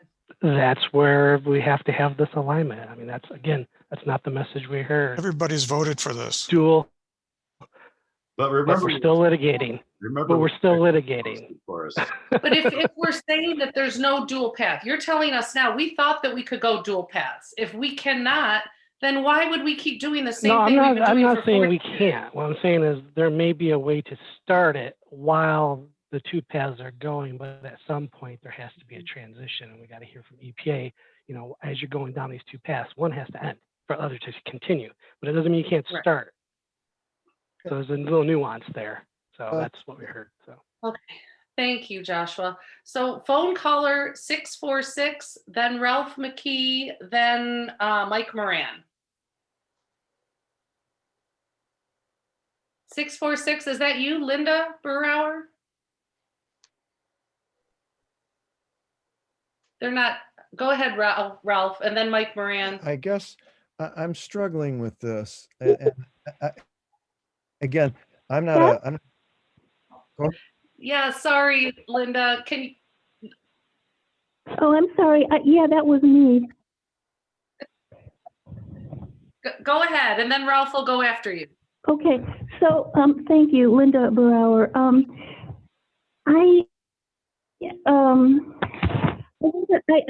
I've been in the meeting since the beginning, and I don't know if I missed this question or what, but I want to raise it especially because Mr. Nagel is on the phone, and I'm referring to agenda item A2, and the title of the agenda item is EGLE Response Memo, and the AG opposing the intervenors and the public and the public's positions. So this is referring to EGLE's response memo to Gelman's request for reconsideration. And I didn't hear the answer if it was addressed at the proper place in the agenda, but I don't think Mr. Nagel was on the phone now. So I'm wondering if he can maybe clarify where they were coming from when they wrote that response memo. Yeah, it was addressed. I've been in the meeting the whole time. I was on my phone in the car coming back from getting vaccinated up at Hurley Hospital in Flint, but I'm down in my basement now on the laptop. You know, basically I'd say there was kind of a misunderstanding by a lot of folks of, you know, what our filing was. And it was basically not taking a position on, you know, the Gelman's motion and also raising the issue that we would like to get a consent judgment in place so that we can move forward with the new cleanup criteria and stuff like that. It was not the consent judgment that you know, the communities had all rejected, and it wouldn't have, you know, a lot of the things in there that the communities had rejected.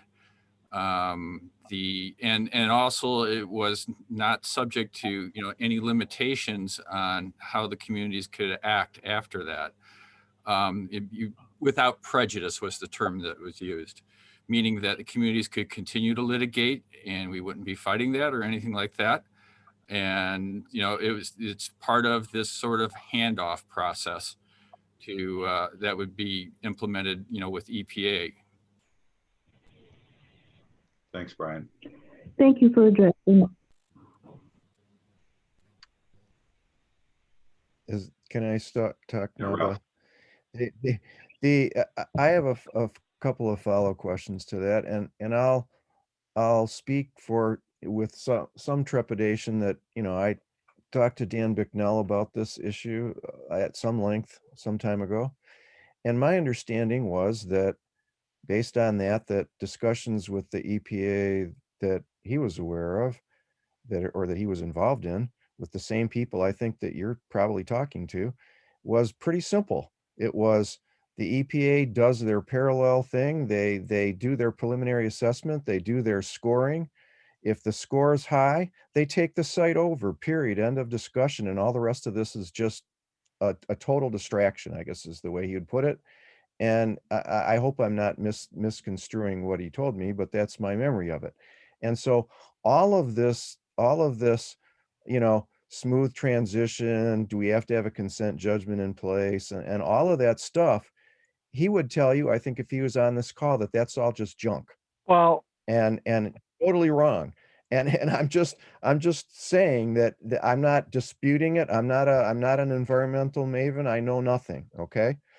But it just seems to me that what I do know, I think I'm correct. You guys are obviously much more informed than I am, but I always thought that the EPA essentially trumped state law. So it seems to me they make their decision, and if they take this on, the rest of it just stops or it gets trumped, to use a bad word in today's world. And I understand now they'll have this meeting, and the EPA people will hopefully take a clear position and won't dodge or hedge or, disclaimers and all the rest of that. Because obviously they can't say at that meeting, well, we're gonna make this a site. They haven't done their scoring yet. But I had understood this as really being simple. And what I'm hearing now is anything but simple, because you're fueling the fire of the Ann Arbor City Council and the lawyers for the city, who I think are, based on what I've heard today, that's where this is all coming from. That's where all this concern is coming from. And it sounds to me like you guys are fueling that. Well, I'm just well, gonna I apologize for that if that's how it seems. And maybe this venue isn't the right venue for this conversation to continue, because I don't want that to happen. I'm telling you what I heard from EPA and the regional council and the Lansing. And my opinion would be what Dan told you just oversimplifies it. There are processes that have to happen. EPA cannot just take it over while there's a state consent judgment in place. We'd either have to voluntarily, including Gelman, step out of it, or EPA would have to file federal suit to overfile it. That's my understanding. And so I don't know that having this conversation today actually makes sense. Let's leave it for the 18th, where EPA can clarify it with that one message. So I would say, I'm just telling you what I heard and understood it to be, is that they could start the assessment process now while we're still, figuring out state court. But once that's finalized in state court, then there would have to be a transition plan to either vacate the state order or do something with it before they could actually take it over. Now, again, that's what I heard. That's what Brian heard, but let's have EPA tell us on the 18th. And thanks, Josh. And for that to happen, the governor needs to send the letter. And but I think there's a couple different ways that everybody it can on the happen. screen, but that's got to happen before the EPA can come in. So that should happen first. And the people on the screen here can write the governor and encourage her to send that letter in. Okay, I have Mike Moran, Kathy Griswold, then Rita La Caruso. Okay, following up on Ralph and Brian and these other questions, there are some universal truths. One is that courts speak through its orders and governmental bodies speak through its resolutions. We have done so repeatedly and continually, and it's time to move on. We're not going to get complete certainty, and I agree with Ralph that EGLE's continuing hesitation here, seeking a complete answer to everything, which you're never going to get, is fueling this fire and causing us delay. It needs to stop. We've all resolved as to how we want to proceed, and that's how we want to proceed.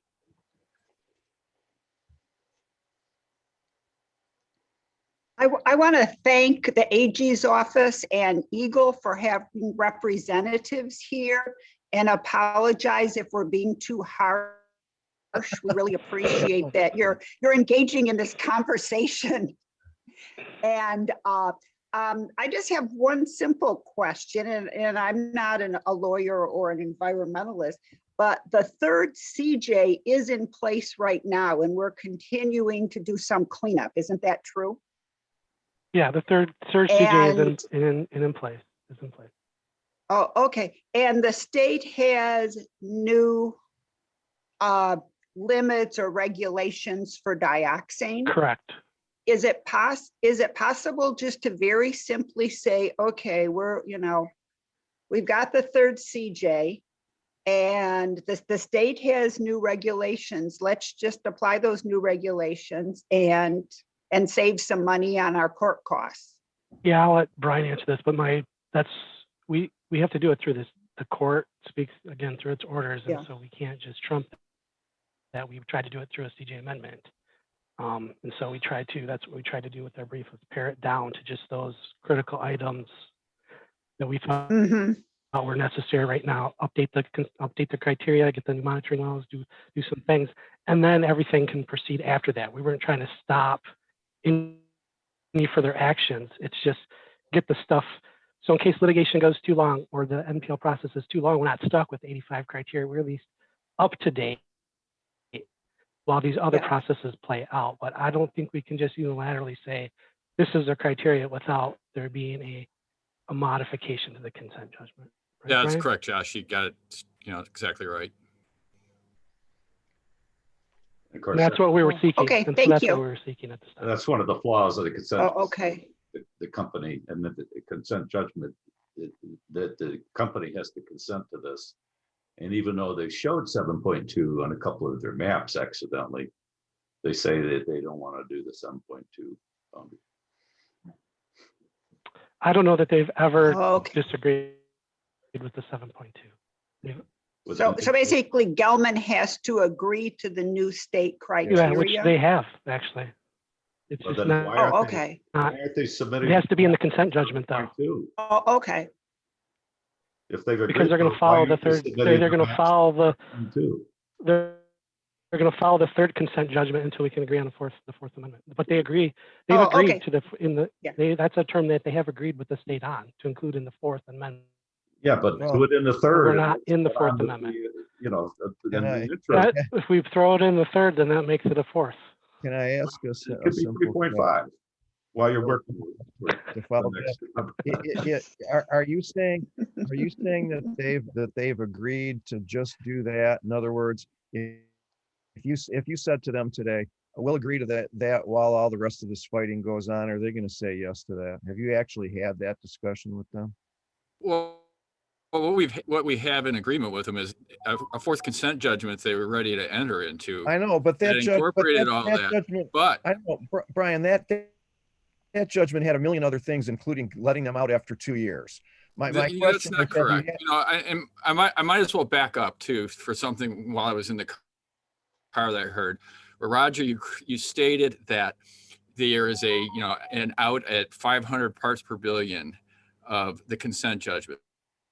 That is not the case. That does not end the consent judgment. That 500 parts per billion number was tied to termination of the Park Lake well extraction. And that was after it's been below 500 parts per billion for some significant period of time. Same thing with several wells, I think, that were the new wells on the Gelman plant site. But it did not change any other extraction requirement, any other requirements in the consent judgment. The consent judgment would have continued completely intact with that. 500 parts per billion is not a termination point under that draft consent judgment. Let's follow that. I don't want to debate the perceptions of the particular terms. I hear what you're saying, and I think you're right. The question is whether people think that that's an important enough term to not let them out of those particular obligations. So let's try to stay from debating that piece. My question is this: if I have thought of this in the same way that you guys are thinking about it, which is what could be reached as an interim step while the EPA process is going on and while the interveners are pushing whatever other pieces that they want. And my question is a fairly simple one. And you can just tell me if you've had this discussion or whether you think it would be fruitful. That one of the possibilities that exists is to say, okay, while we're litigating and while the EPA thing's going on, how about we just do the third CJ with the lower limits? Have you had that discussion with Gelman? If so, what happened? And B, if you haven't had that kind of detail discussion, just limited to that, do you think that that's something that they're going to agree to, or whether they're going to say, no, we want all this, we want a whole bunch of other terms, or we want this other thing or that other thing or whatever, such that that's a complete waste of time? Well, we really can't get into our negotiations, but I'll point out too that, Gelman previously did implement 7.2 when it first became, when it was first promulgated as an emergency rule, because there was a house and several other buildings that were along Jackson Road when the rule came out that, we had been talking to Gelman about in advance, well in advance of the number change, so that they'd be prepared to actually, connect these folks to the municipal drinking water system, which they did do. And, within days, that was done. So from a standpoint of protecting people, I would like to believe Gelman would, if a similar situation would happen again, that they would do that, but there's no guarantees. And that's where, amended a fourth consent judgment, amended, however you want to call it, guarantees that happens. And there's a lot of other things in there to parallel that new compliance criteria, because if you reset the goalpost for them, then there's other things that have to happen in order to make sure that they're in compliance with that. Like we're coming up on a hard stop here pretty soon, so I think we. Yeah, I don't think it's as simple as just saying 7.2, because then what does that mean for compliance? And so we had to talk about certain monitoring things and other contingency plans that have to happen. And so it's more complicated. Implement that. Short so answer. It's a little more complicated. All right, fine. Yeah. I'm done. Okay. You can't do this piecemeal. It has to be done as a whole thing. And I don't think the company wants to do the whole thing. That's the bottom line.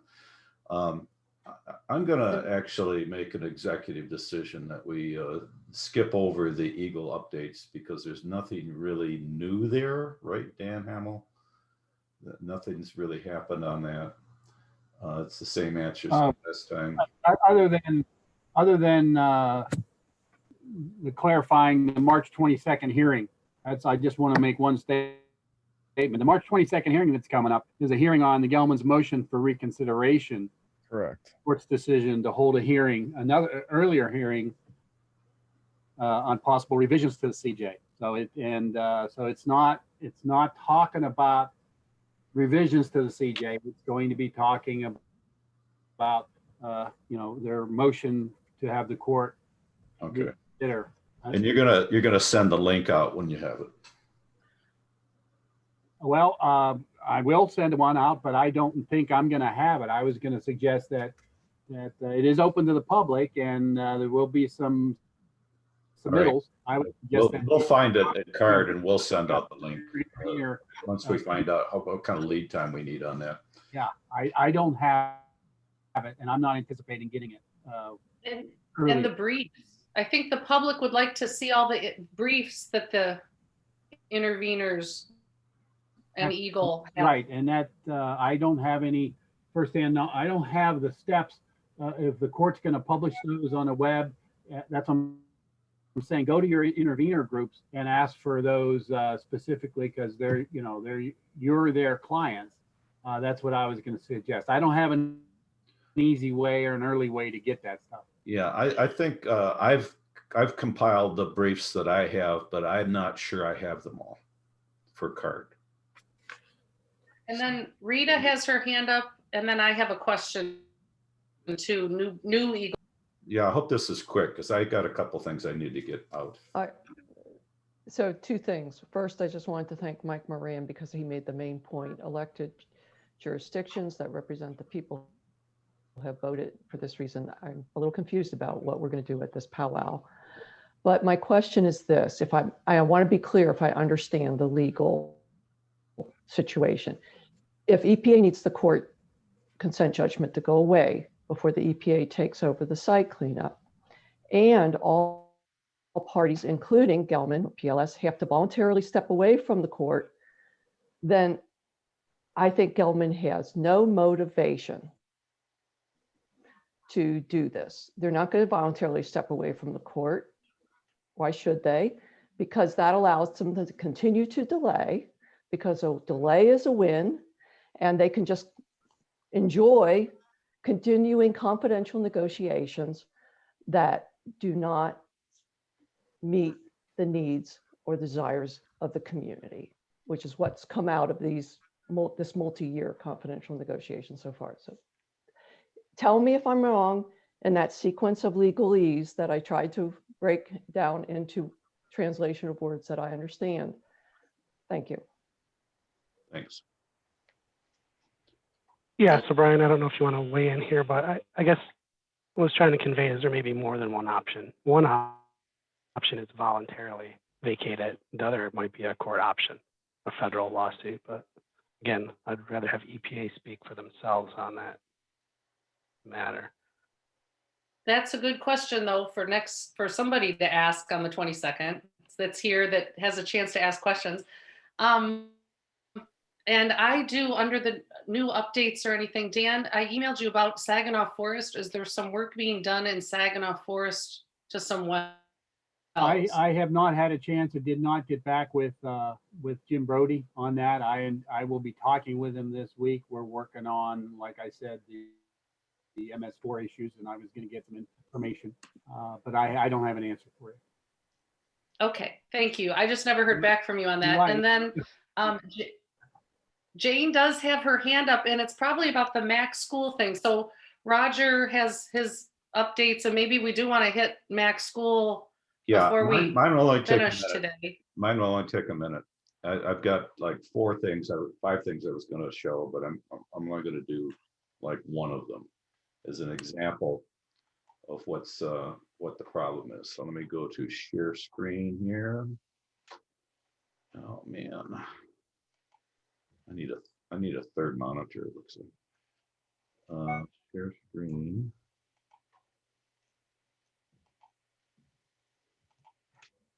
Here's my share screen.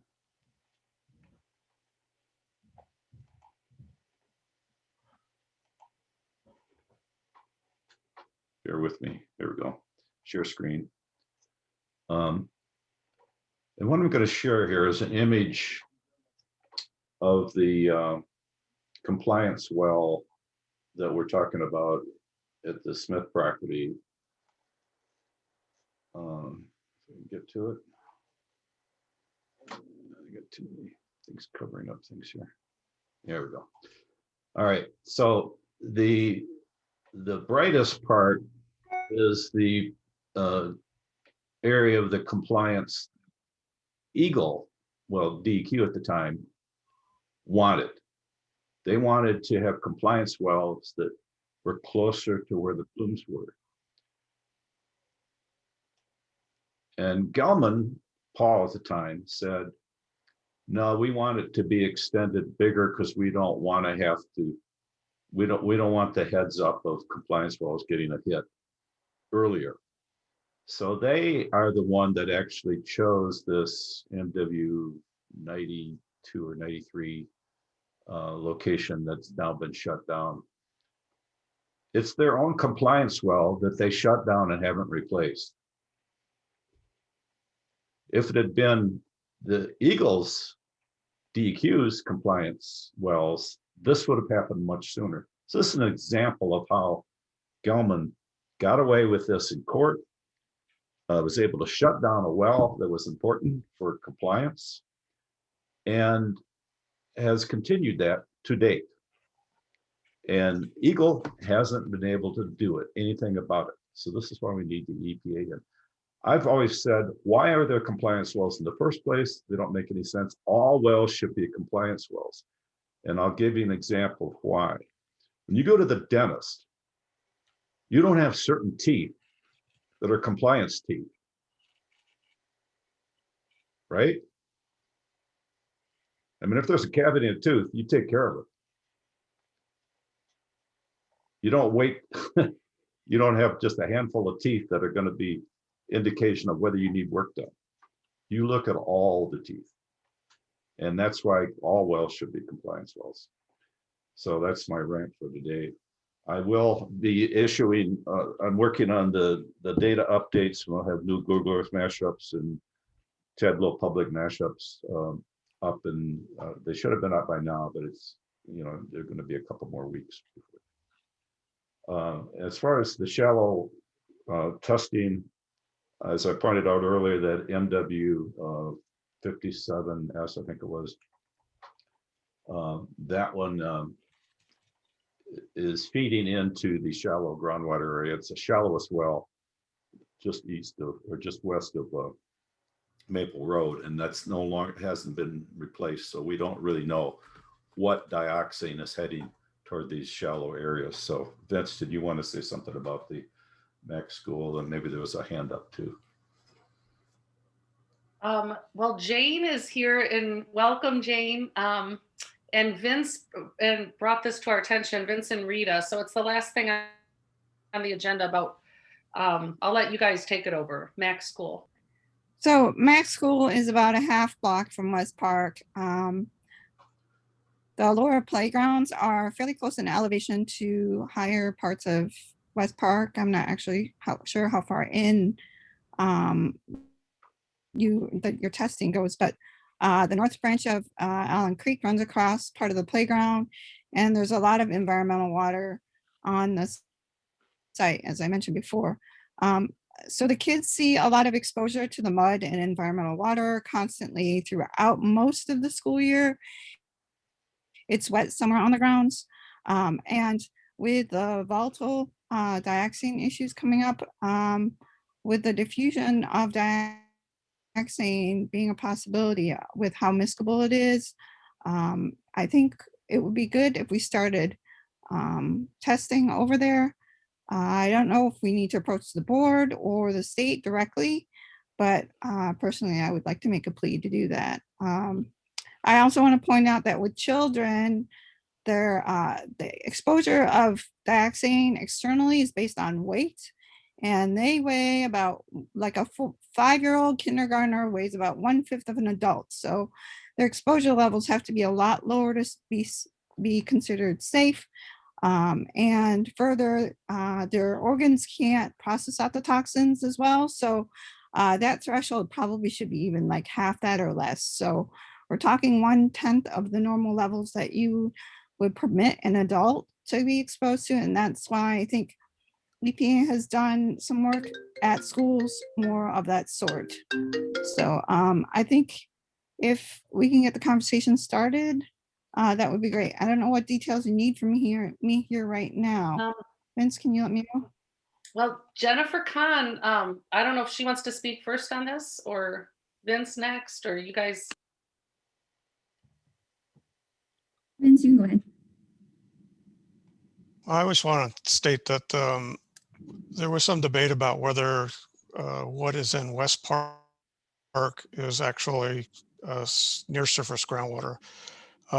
Initial tests showed negative tests just upstream of West Park, while West Park was testing positive. And I think it was CARD's opinion at that point that this is probably groundwater because upstream the pipe was not contaminated. I'm not sure that those tests were repeated again. I don't remember that. The other thing is that Mac School has seeps similar to West Park. And there's a concern that those seeps at some point could be contaminated. Now, max school is at 850 feet. Where the tests were done in West Park, it was 816 feet. Actually, the elevation on the lower playground drops more like to 530s, I mean 830s. So it drops from the 50s to 30s pretty rapidly it's when even, it's at school. yeah, it's even closer there. So I think there is some issues here. I think the other school, Slauson Middle School, is actually pretty much right on the same level as the tests that were done on 8th Street, showing a positive, I think it was 11 part per billion. So, you know, the, let me see what Slauson is at here, what level. I don't have it on this map, but it's the 8th Street and Slauson are about the same elevation. So there is some concern that Slauson Middle School, with its foundations into probably groundwater, which is flowing through 8th Street drain, is a concern. And I have a video that I posted and sent out a link to that actually shows, to some extent, and if you go down there, you can see it yourself, there's water going into that drain near the top and the sides and the bottom. So it looks like there is groundwater flowing into that drain. Because Dan Hamel was good enough to do these tests during droughts, we reduced the complication of having stormwater complicate what the tests were showing. So to Dan's credit, he did wait until we had dry conditions. And so the one test at West Park and the Slauson area did try and negate the stormwater issues. So I think that, you know, we have some real concerns here. I think we need to try and do some testing. The CARD group has asked for, since 2016, for some permanent wells, so we get a better handle on this. And I think this is why we need EPA involved, because we can't get this stuff done piecemeal.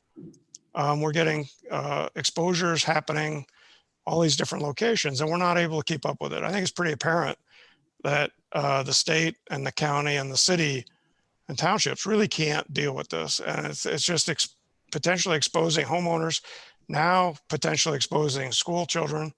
And I think, you know, there's some debate about this, but let's cut to the chase and actually do some real meaningful tests that give us a better handle on what's actually happening at these locations. And that's all we're asking for. It's not that expensive, but it'd be great if Danaher paid for this. Thank you. Can I interject real fast? Yeah. Can you, Roger, can you show where the school is so that people have a reference to how close it is to West Park? So half a block. Yeah, it's like Red Oak and Miller, 7th and Miller. It's actually, center. You have to go north of. Just scroll. There you go. Right There you there. go. And it's just northwest of West It's Park. right across the street. It's Just like, above RL2. Yeah. like you can, like the kids on a regular basis. Ralph go to West McKee's Park. house. Yeah, it's right there. It's about You see 800 that? feet. And, plus or and minus. so does the southwest corner, that southwest side, the Allen Creek runs across that corner, then runs through the neighborhood, then meets up at West Park. But there's a basin right next to the school, and I wish I had pointer control so I could show you. But if you see in the southwest corner, there's like this dry gray, the sandy area that actually drops quite a bit in elevation, slightly to the left of that. You can see that drops in elevation quite a bit. And that area is one of the areas that takes on a lot of water. You can see how just muddy it is. It is. It's just not a very, Yeah, this it two-foot doesn't, line here is the drain location. This offshoot from Allen Creek that goes up to here is where that comes from. There's two. There's one on the other side of the school as well, but that's the bigger. The first one you showed is the bigger one. It's a 36-inch. I think the other side is a 22-inch. Yeah. And so one of the issues with the school is, even though there's environmental water during the rainy season, even when it dries up, there's a considerable amount of water still left on the ground. And so we can't tell if that's just runoff that hasn't infiltrated, or if it's just the water table is a little bit higher there seasonally, or what essentially is going on. But there are also concerns that the gas will evaporate with some of the concrete the volatility issues that are coming up, and the school is embedded into the hillside right there.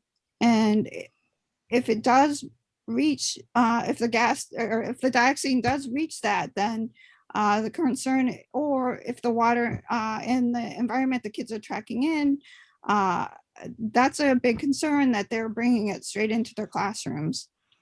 Well, if the foundation is, let me just, one more point. If the foundation of the school is down into the groundwater, there's a concern, and I don't know if there's a wet basement in the school. And the same with Slauson. Slauson has the same situation. We could have this contaminated water potentially at some point in the future, if not currently, migrating into the basement, evaporating, and creating an exposure pathway. So that's something we need to make sure that we stay on top of. Another reason we could use, a lot of help from EPA on this, because it's just more and more issues popping up every year, and it's hard finding out about this stuff. It's not, I think a lot of the efforts have been because CARD has initiated them. Jenny? Thank you. With public health, what? Hi, so I just wanted to state that please don't think the county or EGLE are just ignoring these schools. We have looked at it per our contour data from 2017. We have 1 foot contours that were updated by the city of Harbor. We show max school starting at an elevation of 850 in that southwest corner and rising from there.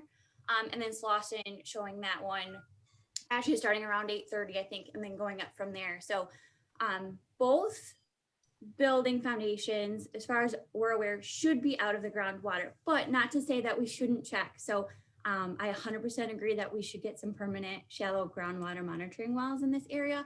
But then I also wanted to see if Dan Hamel, if you would be open to monitoring some of these wet areas or any potential seeps identified on those properties in your surface water sampling this summer. And could you also check the elevation at the school, because those elevation maps totally look wrong. You can look at the side of the building. There's like a 1.5 stories of stairs that go up the side, and there's like a 1 foot contour that covers a whole gap of stairs. So that can't be correct. I will go, yes. So I actually haven't been to Mac School, but I can try to make a field visit out of it and go. I would also like to request a quick check of the lower levels of the buildings to see if they're wet.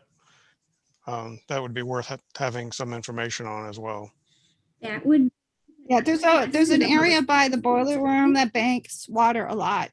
The entry's a little bit raised, so I don't know if it gets into the building that way, but there's almost like a semi-permanent. Well, there's water everywhere. My kids went there, and where would the dioxane be coming from if it hit it? If they went on sample and got dioxane in this drain that goes to the west of Mac School, where would you can see the wet spot around the back there? Like you can see there's like on the northeast side there, like it looks like a tree shadow, but that's always all wet along that sidewalk there. There's an upper playground and a lower playground. My kids went there and it's wet, man. It is a mud pit. And that backs up onto Red Oak, right? That's the back side of the school there? The west of the school goes to Red Oak. No, the front entry is on the west side. The rear entry is off of Brook Street. Yeah, but with that circle. This is Red Oak here, the street on the back, right? No, that's yeah, that's Red Oak on the west. There's Miller on the south. Yeah, okay. And the Brooks on the east. Brooks on the east. Yeah, okay. I just want to make sure I had the map straight. That's what it looked like to me. So my son pointed out there's a drain that's kind of north, probably on the north side of the branch, but that might be a little bit higher. Well, the other issue is, like Jane says, these kids get wet playing in the playground. They may be picking up contaminated water with mud, bringing it into the school, walking around in the school with a lot of water and mud. I think those are issues that need to be looked at, and we want to make sure we don't have kids exposed here. Is Patty And I think So that, do you we know, take that to the board, or do we take that, Jenny, do you handle that? Can you reach out to the board? What's the proper process for this? Or what specifically? To work out that, you know, if we want, I mean, I think there has to be some monitoring at some point to get this going. And I know you know, it seems like there's this almost like, why should we be concerned? I've been asking Vince about this for, I think, I don't know, 2 or 3 years, maybe 4 years now. Well, actually, no, I was concerned about it before my son started going to school there, and he's in 4th grade now. So, and that was even before we knew he was going there. But the school is right there on the perimeter. What do we do? well, this map is, the map there is not correct, because we know we have 49 part per billion in West Park, and it's not even represented on this map at all.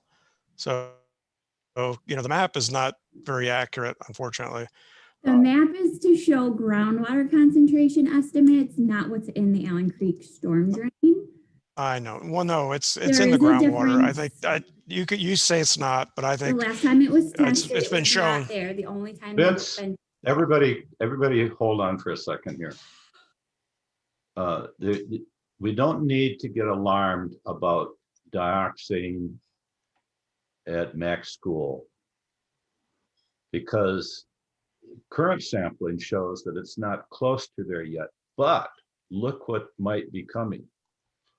Here's, you know, 200, 190 parts per billion. This one is on its right way up. We don't know how much more dioxin. If there could be a little northern movement here sometime in the future, that's why we need to have these permanent shallow groundwater monitoring that Dan Bicknell called for years ago. Permanent shallow groundwater monitoring that's heading that way. You might also go and sample some of the drain, but the real problem is going to be not what's in the drain, but what's in the shallow groundwater. Yeah, can I point out that either way, it doesn't matter what the kids get exposed to, whether it's vapors coming up from the drains or But there's no dioxin there yet. If you were in charge of has there been budget, testing there? Well, the dioxin wouldn't be, it's going to be in the groundwater. So the idea is to find that groundwater that contains dioxin. But I mean, again, Dan Hamel, you're still on. I want to make everyone feel good to be comfortable sending their children to a school. So if we want to do some sampling of the wet areas on site, we can request that. We did seep sampling several years ago in 2016. We started at the request, did a seep sampling along 7th there. And then we did those shallow, those temporary wells. That's the triangles you see in Roger's pictures along 7th. I have no problem taking it to EGLE, you know, discussing it and going out and working with Jenny to take a look at that, see if there's some sampleable seeps. Basically, a seep is where water's coming out from the ground, you know, that type of thing, as a first step to alleviate people's concerns. We are doing surface water sampling. We do that every year, and I'll work with Jenny, you know, to go ahead and first thing I would want to do is get out there with her and take a look at it. Okay, let's get eyes on, and you know, Jane, you've been identifying problem areas, and maybe we can get together and say, okay, you know, let's see what we have, and then schedule the sampling as part of our program this year. Thank you.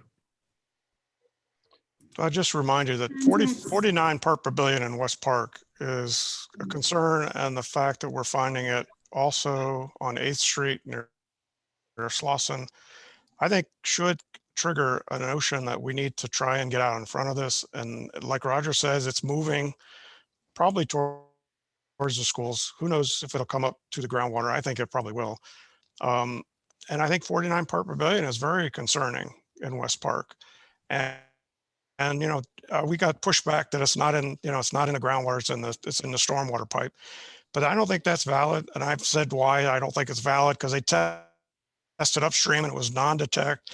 They tested downstream in West Park and it was detectable there, which would indicate that it wasn't coming down the pipe, that it was coming into the groundwater. And that site picks up a huge amount of groundwater. When during a drought, when Dan Hamel was kind enough to do his test during very dry periods, that site was flowing like, like crazy all the time. And so that would be an indication to me that that was groundwater they were testing, and it wasn't in the pipe upstream. So let's get some more efficient and effective testing and not just have these one-shot deals that aren't as instructive as they should be.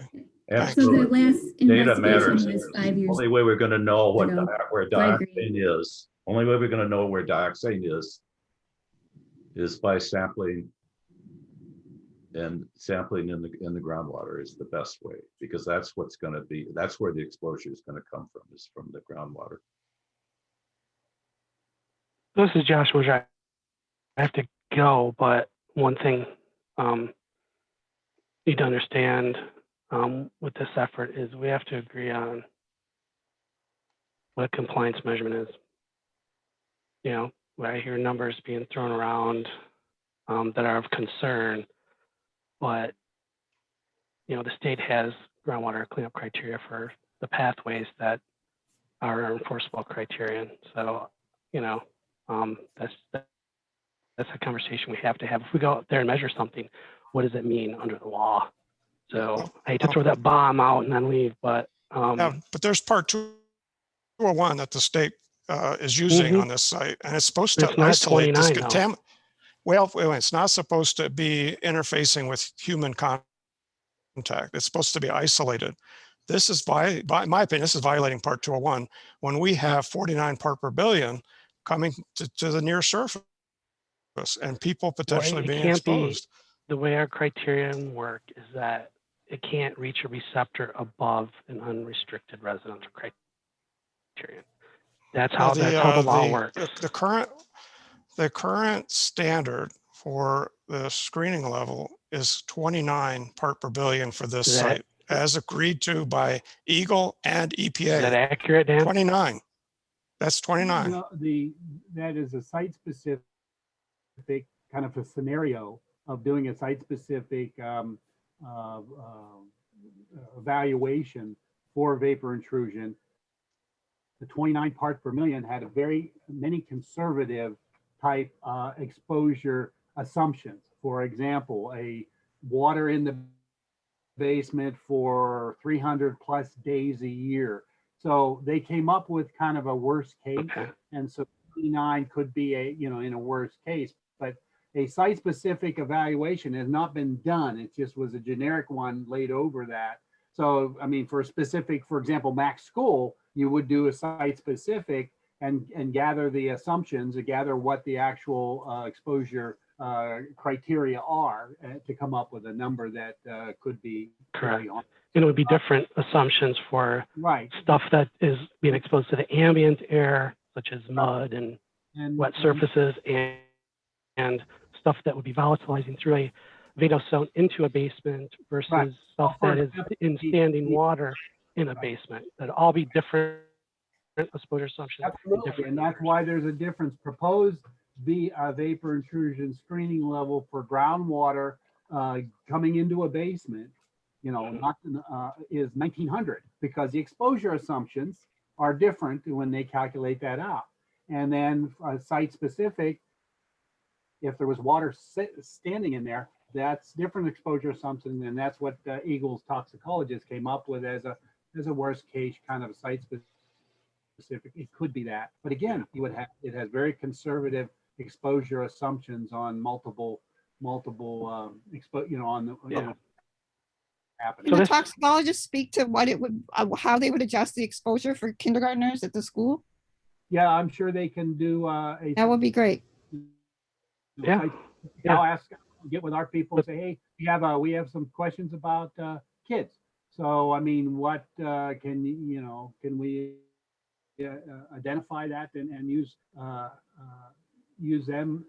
kids exposure as a kind of an assumption, what the assumptions you would need to use to evaluate exposure by children. Because that's how the site differs quite a bit from Slauson. Slauson, it's middle school. Yeah. Whereas this one, I mean, you're getting kids as young as 4. So this just goes into, our protocols and our quality assurance plans is you have to know what your data quality objectives are. And to know that, you have to know what are the compliance criteria you're shooting for each scenario. So to go out and test is a great thing. I'm not saying it's not great and it shouldn't be considered. I'm just saying for each different scenario, there may be a different data quality objective and a different compliance point that we would have to work out. Oh, the other issue is all the wet basements we have on the west side that are potentially, also in the groundwater. Lots of wet basements that are wet almost all year round, if not all year round. It's pretty common. With the Allen Creek group that we've been involved in with this for the last 25 years, we've gotten a lot of people asking about groundwater and why their basements are wet, what they can do about it. So we know that there are a lot of, I'd say 50% of the basements have wetness, and some of those are year round. So it's something, Mac School's an issue, Slausson's an issue, but all these other basements, as this moves through the city, as which is supposedly allowed through Part 201 prohibition zone, I think there's an issue with allowing this contamination to move through the city of Ann Arbor and potentially exposing homeowners. I think we need to, this is why I think we need EPA involved. That's what I was just to going get a to better say, handle. is if we look at what's coming from Vets Park into the city now and at shallower levels, it's just very disturbing that this, that was okay under the CJ4, to let it go freely. And along these lines, I would like to have the outfall, and the outfall of the Allen Creek drain tested next time we do.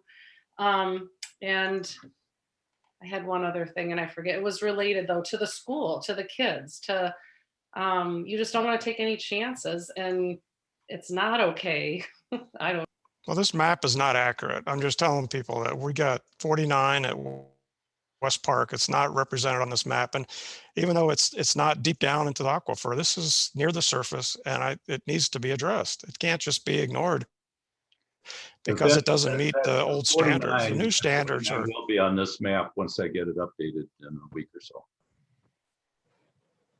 We just got the data late, and it takes time to do this stuff. Well, the county, needs to update the maps as well, in my opinion. Well, groundwater. There should be a central data. repository of all this. Right now, CARD is doing that. Well, since we have Joshua and Jenny again, when we talk about this testing of the sump pumps that the city's doing, how can that water be, that's from a flood event or something? Is that what we're anticipating? The groundwater will cause a flooding event? Or I would think that it would be rainwater and snow melt. That was my assumption when I saw the protocol, is that if you're doing it during rain events, that what's in there is surface water runoff.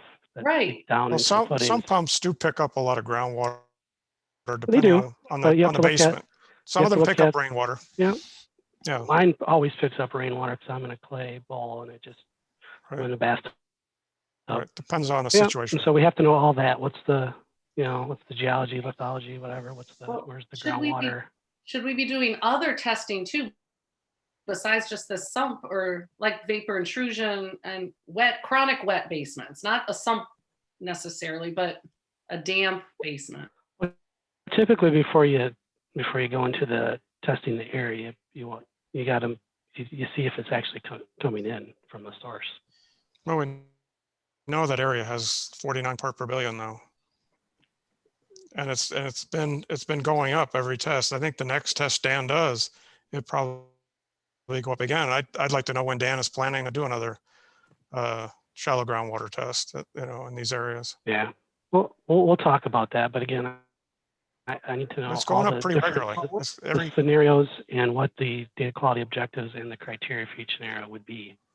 The next thing you're talking about in the pipe again, and I just informed you today that Washtenaw County and EGLE are working, on a Vass Gelman to start sampling again. And so, do I have a schedule? I don't. I want to manage expectations. I'm not going to say it's going to be in 3 weeks, but we are anticipating talking to them again within a week and requesting a work plan. Now they could at any point say, no, we're not going to do that. Then we will evaluate, okay, we're going to go do it. But that's the current pathway on, and it's gathering that information you're asking under that MS4 evaluation. the pipe and then outside where it's coming in from, potentially coming in from contaminated shallow groundwater.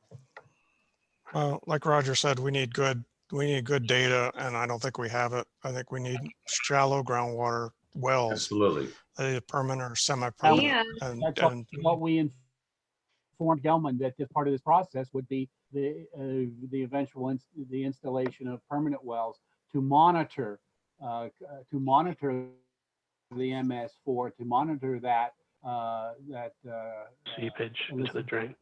Seepage into the drain. Well, what about the drain to where swimmers are, tubers all summer long on the Cascades of the Huron River, where the Allen Creek now at possibly, we don't know how many parts per billion is dumping. What's the safe level for swimming in dioxin? It's like tens of thousands, I believe, Dan. Unless you're drinking it. Well, what if we weren't allowed to shower in it here in our neighborhood?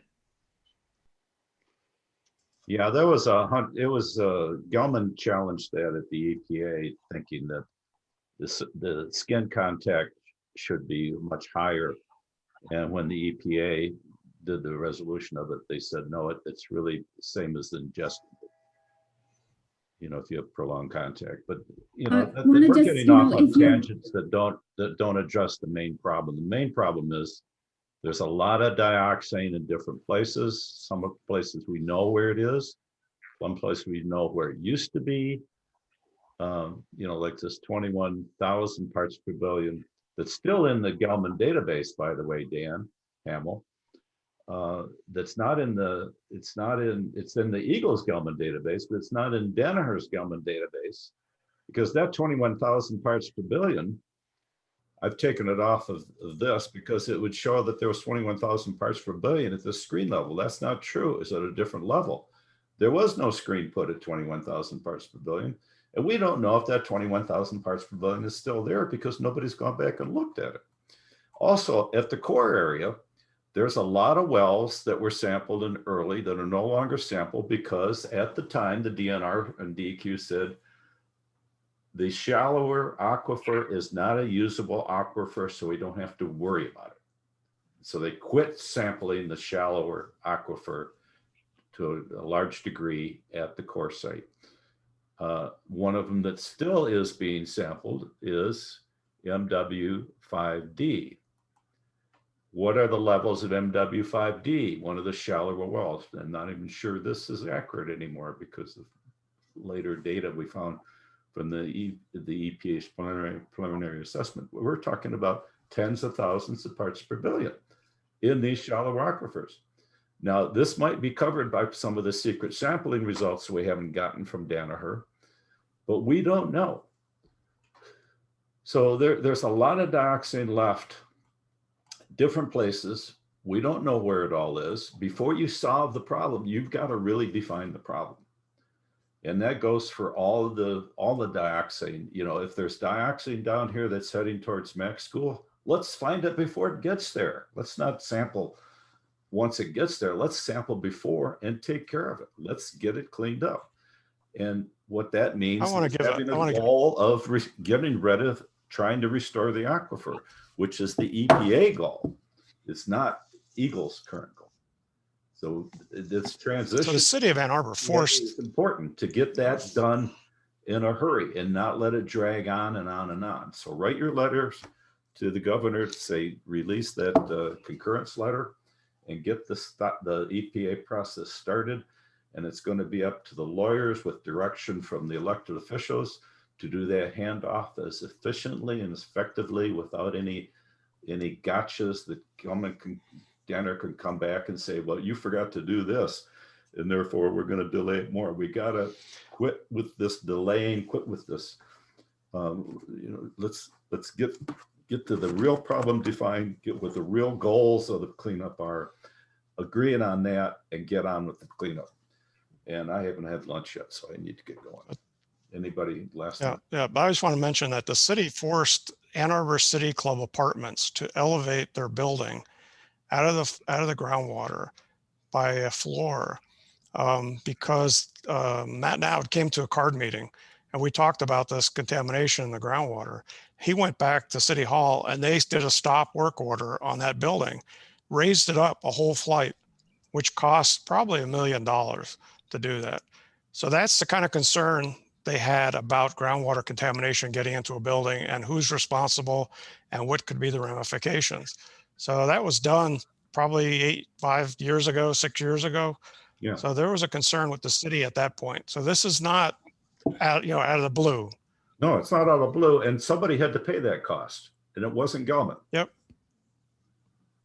And we got to quit that. We got to get this cleaned up. We can't be. Absolutely. There's a complicated site. It's a Superfund size site. It's going to be a Superfund size site all our lifetimes. Who do we want in charge of? Do we want the polluter having too much say, working through court to do this, to clean up the way they want to do it? Or do we want it done in the way that the EPA would do it? That's what it comes down to. This is the dioxin the dioxin is going to be there if we don't clean it up, and it's going to continue to move, and it's going to continue to have surprises. We need a due diligence on the cleanup to match the scale of the problem, and we're getting there little by little, but we could do it a lot quicker. And that's I'd like to see the EPA in place while I'm still around, so I can help with the handoff and make sure that the institutional knowledge carries on. These 4-hour meetings with new people, it shouldn't. It's fun, but not that much fun. That institutionalized better than what it is now, and we don't have that. I'm shooting for a teach-in with all the people that have been involved in this in the past, all the prior elected officials and staff and government ex-employees and things like that, who have some knowledge that I don't have, and get all this pulled together. And the community needs to have this. It needs to be a community-wide effort. So any last minute comments by anybody? Yeah.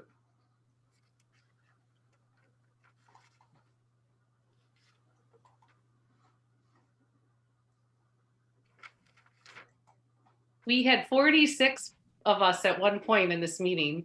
I don't think we'd fit in that upstairs room anymore at the county building. I don't think we'll ever do that meetings in person again. Even if we have in-person meetings, we're still going to have a Zoom component.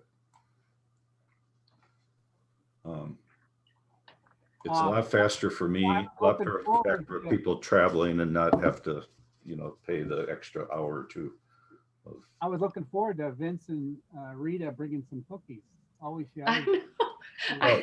You can I still thought talk. of that too. Oh yeah, we would have been in the basement for a quarterly. That's right. We'll send you some cookies and we can do that remotely. All right. I think. Thanks, everyone. Last minute comments here of anybody or anything? This was a long meeting, but it was worthwhile, I think.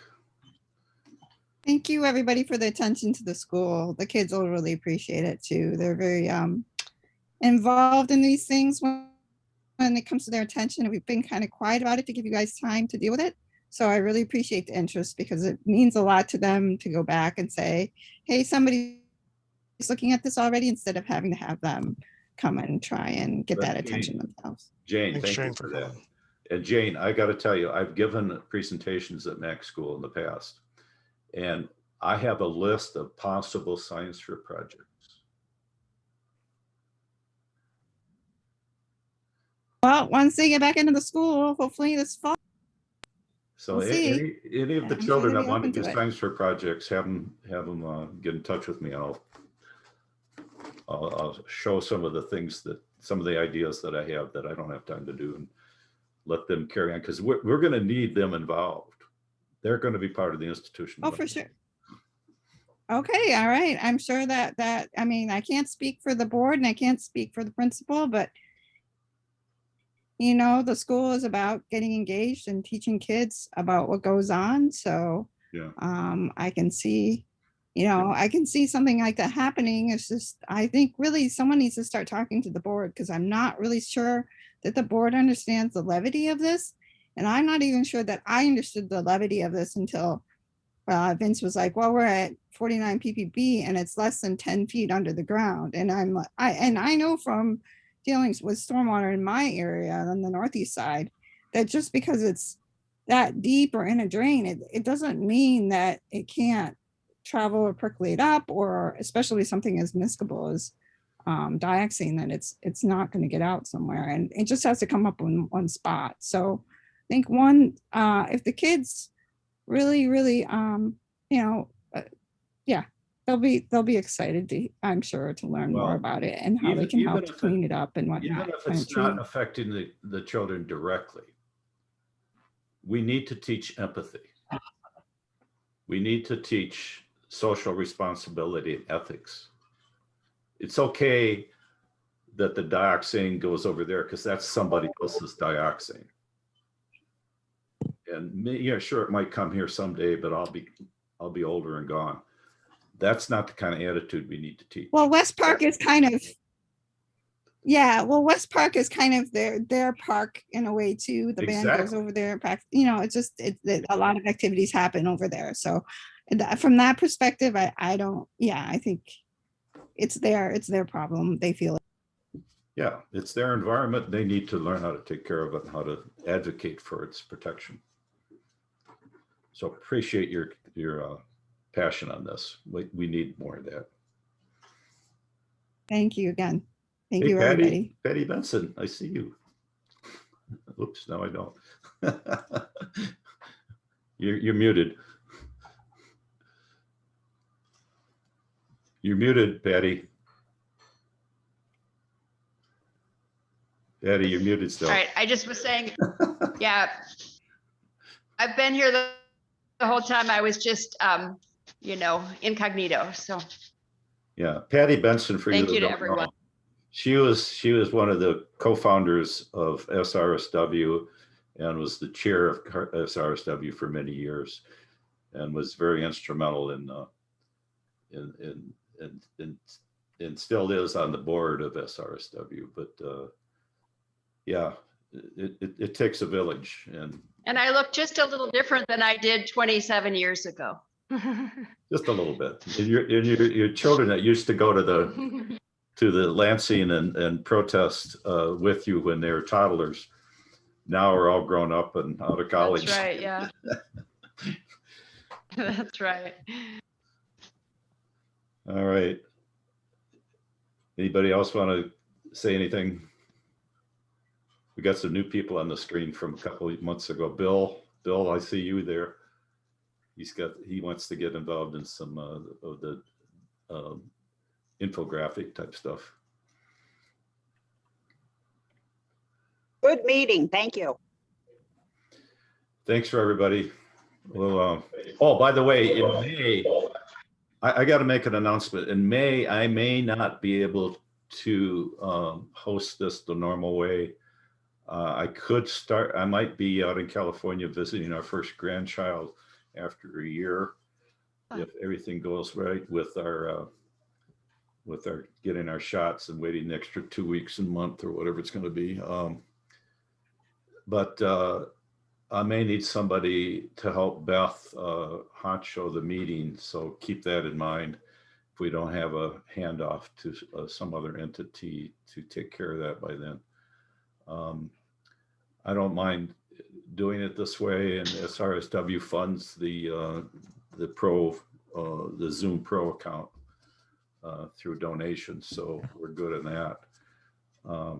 But keep that in mind that we might need some more formalization of that in the coming months, because there's a second grandkid that we have to go visit too. we have 2 COVID grandchildren, our first ones.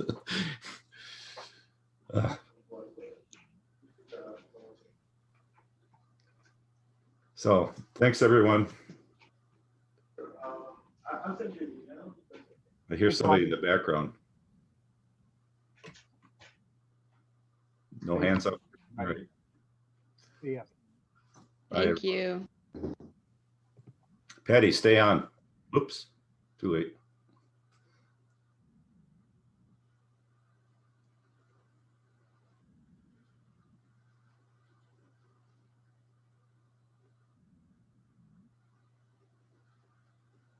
Are you there, Jack?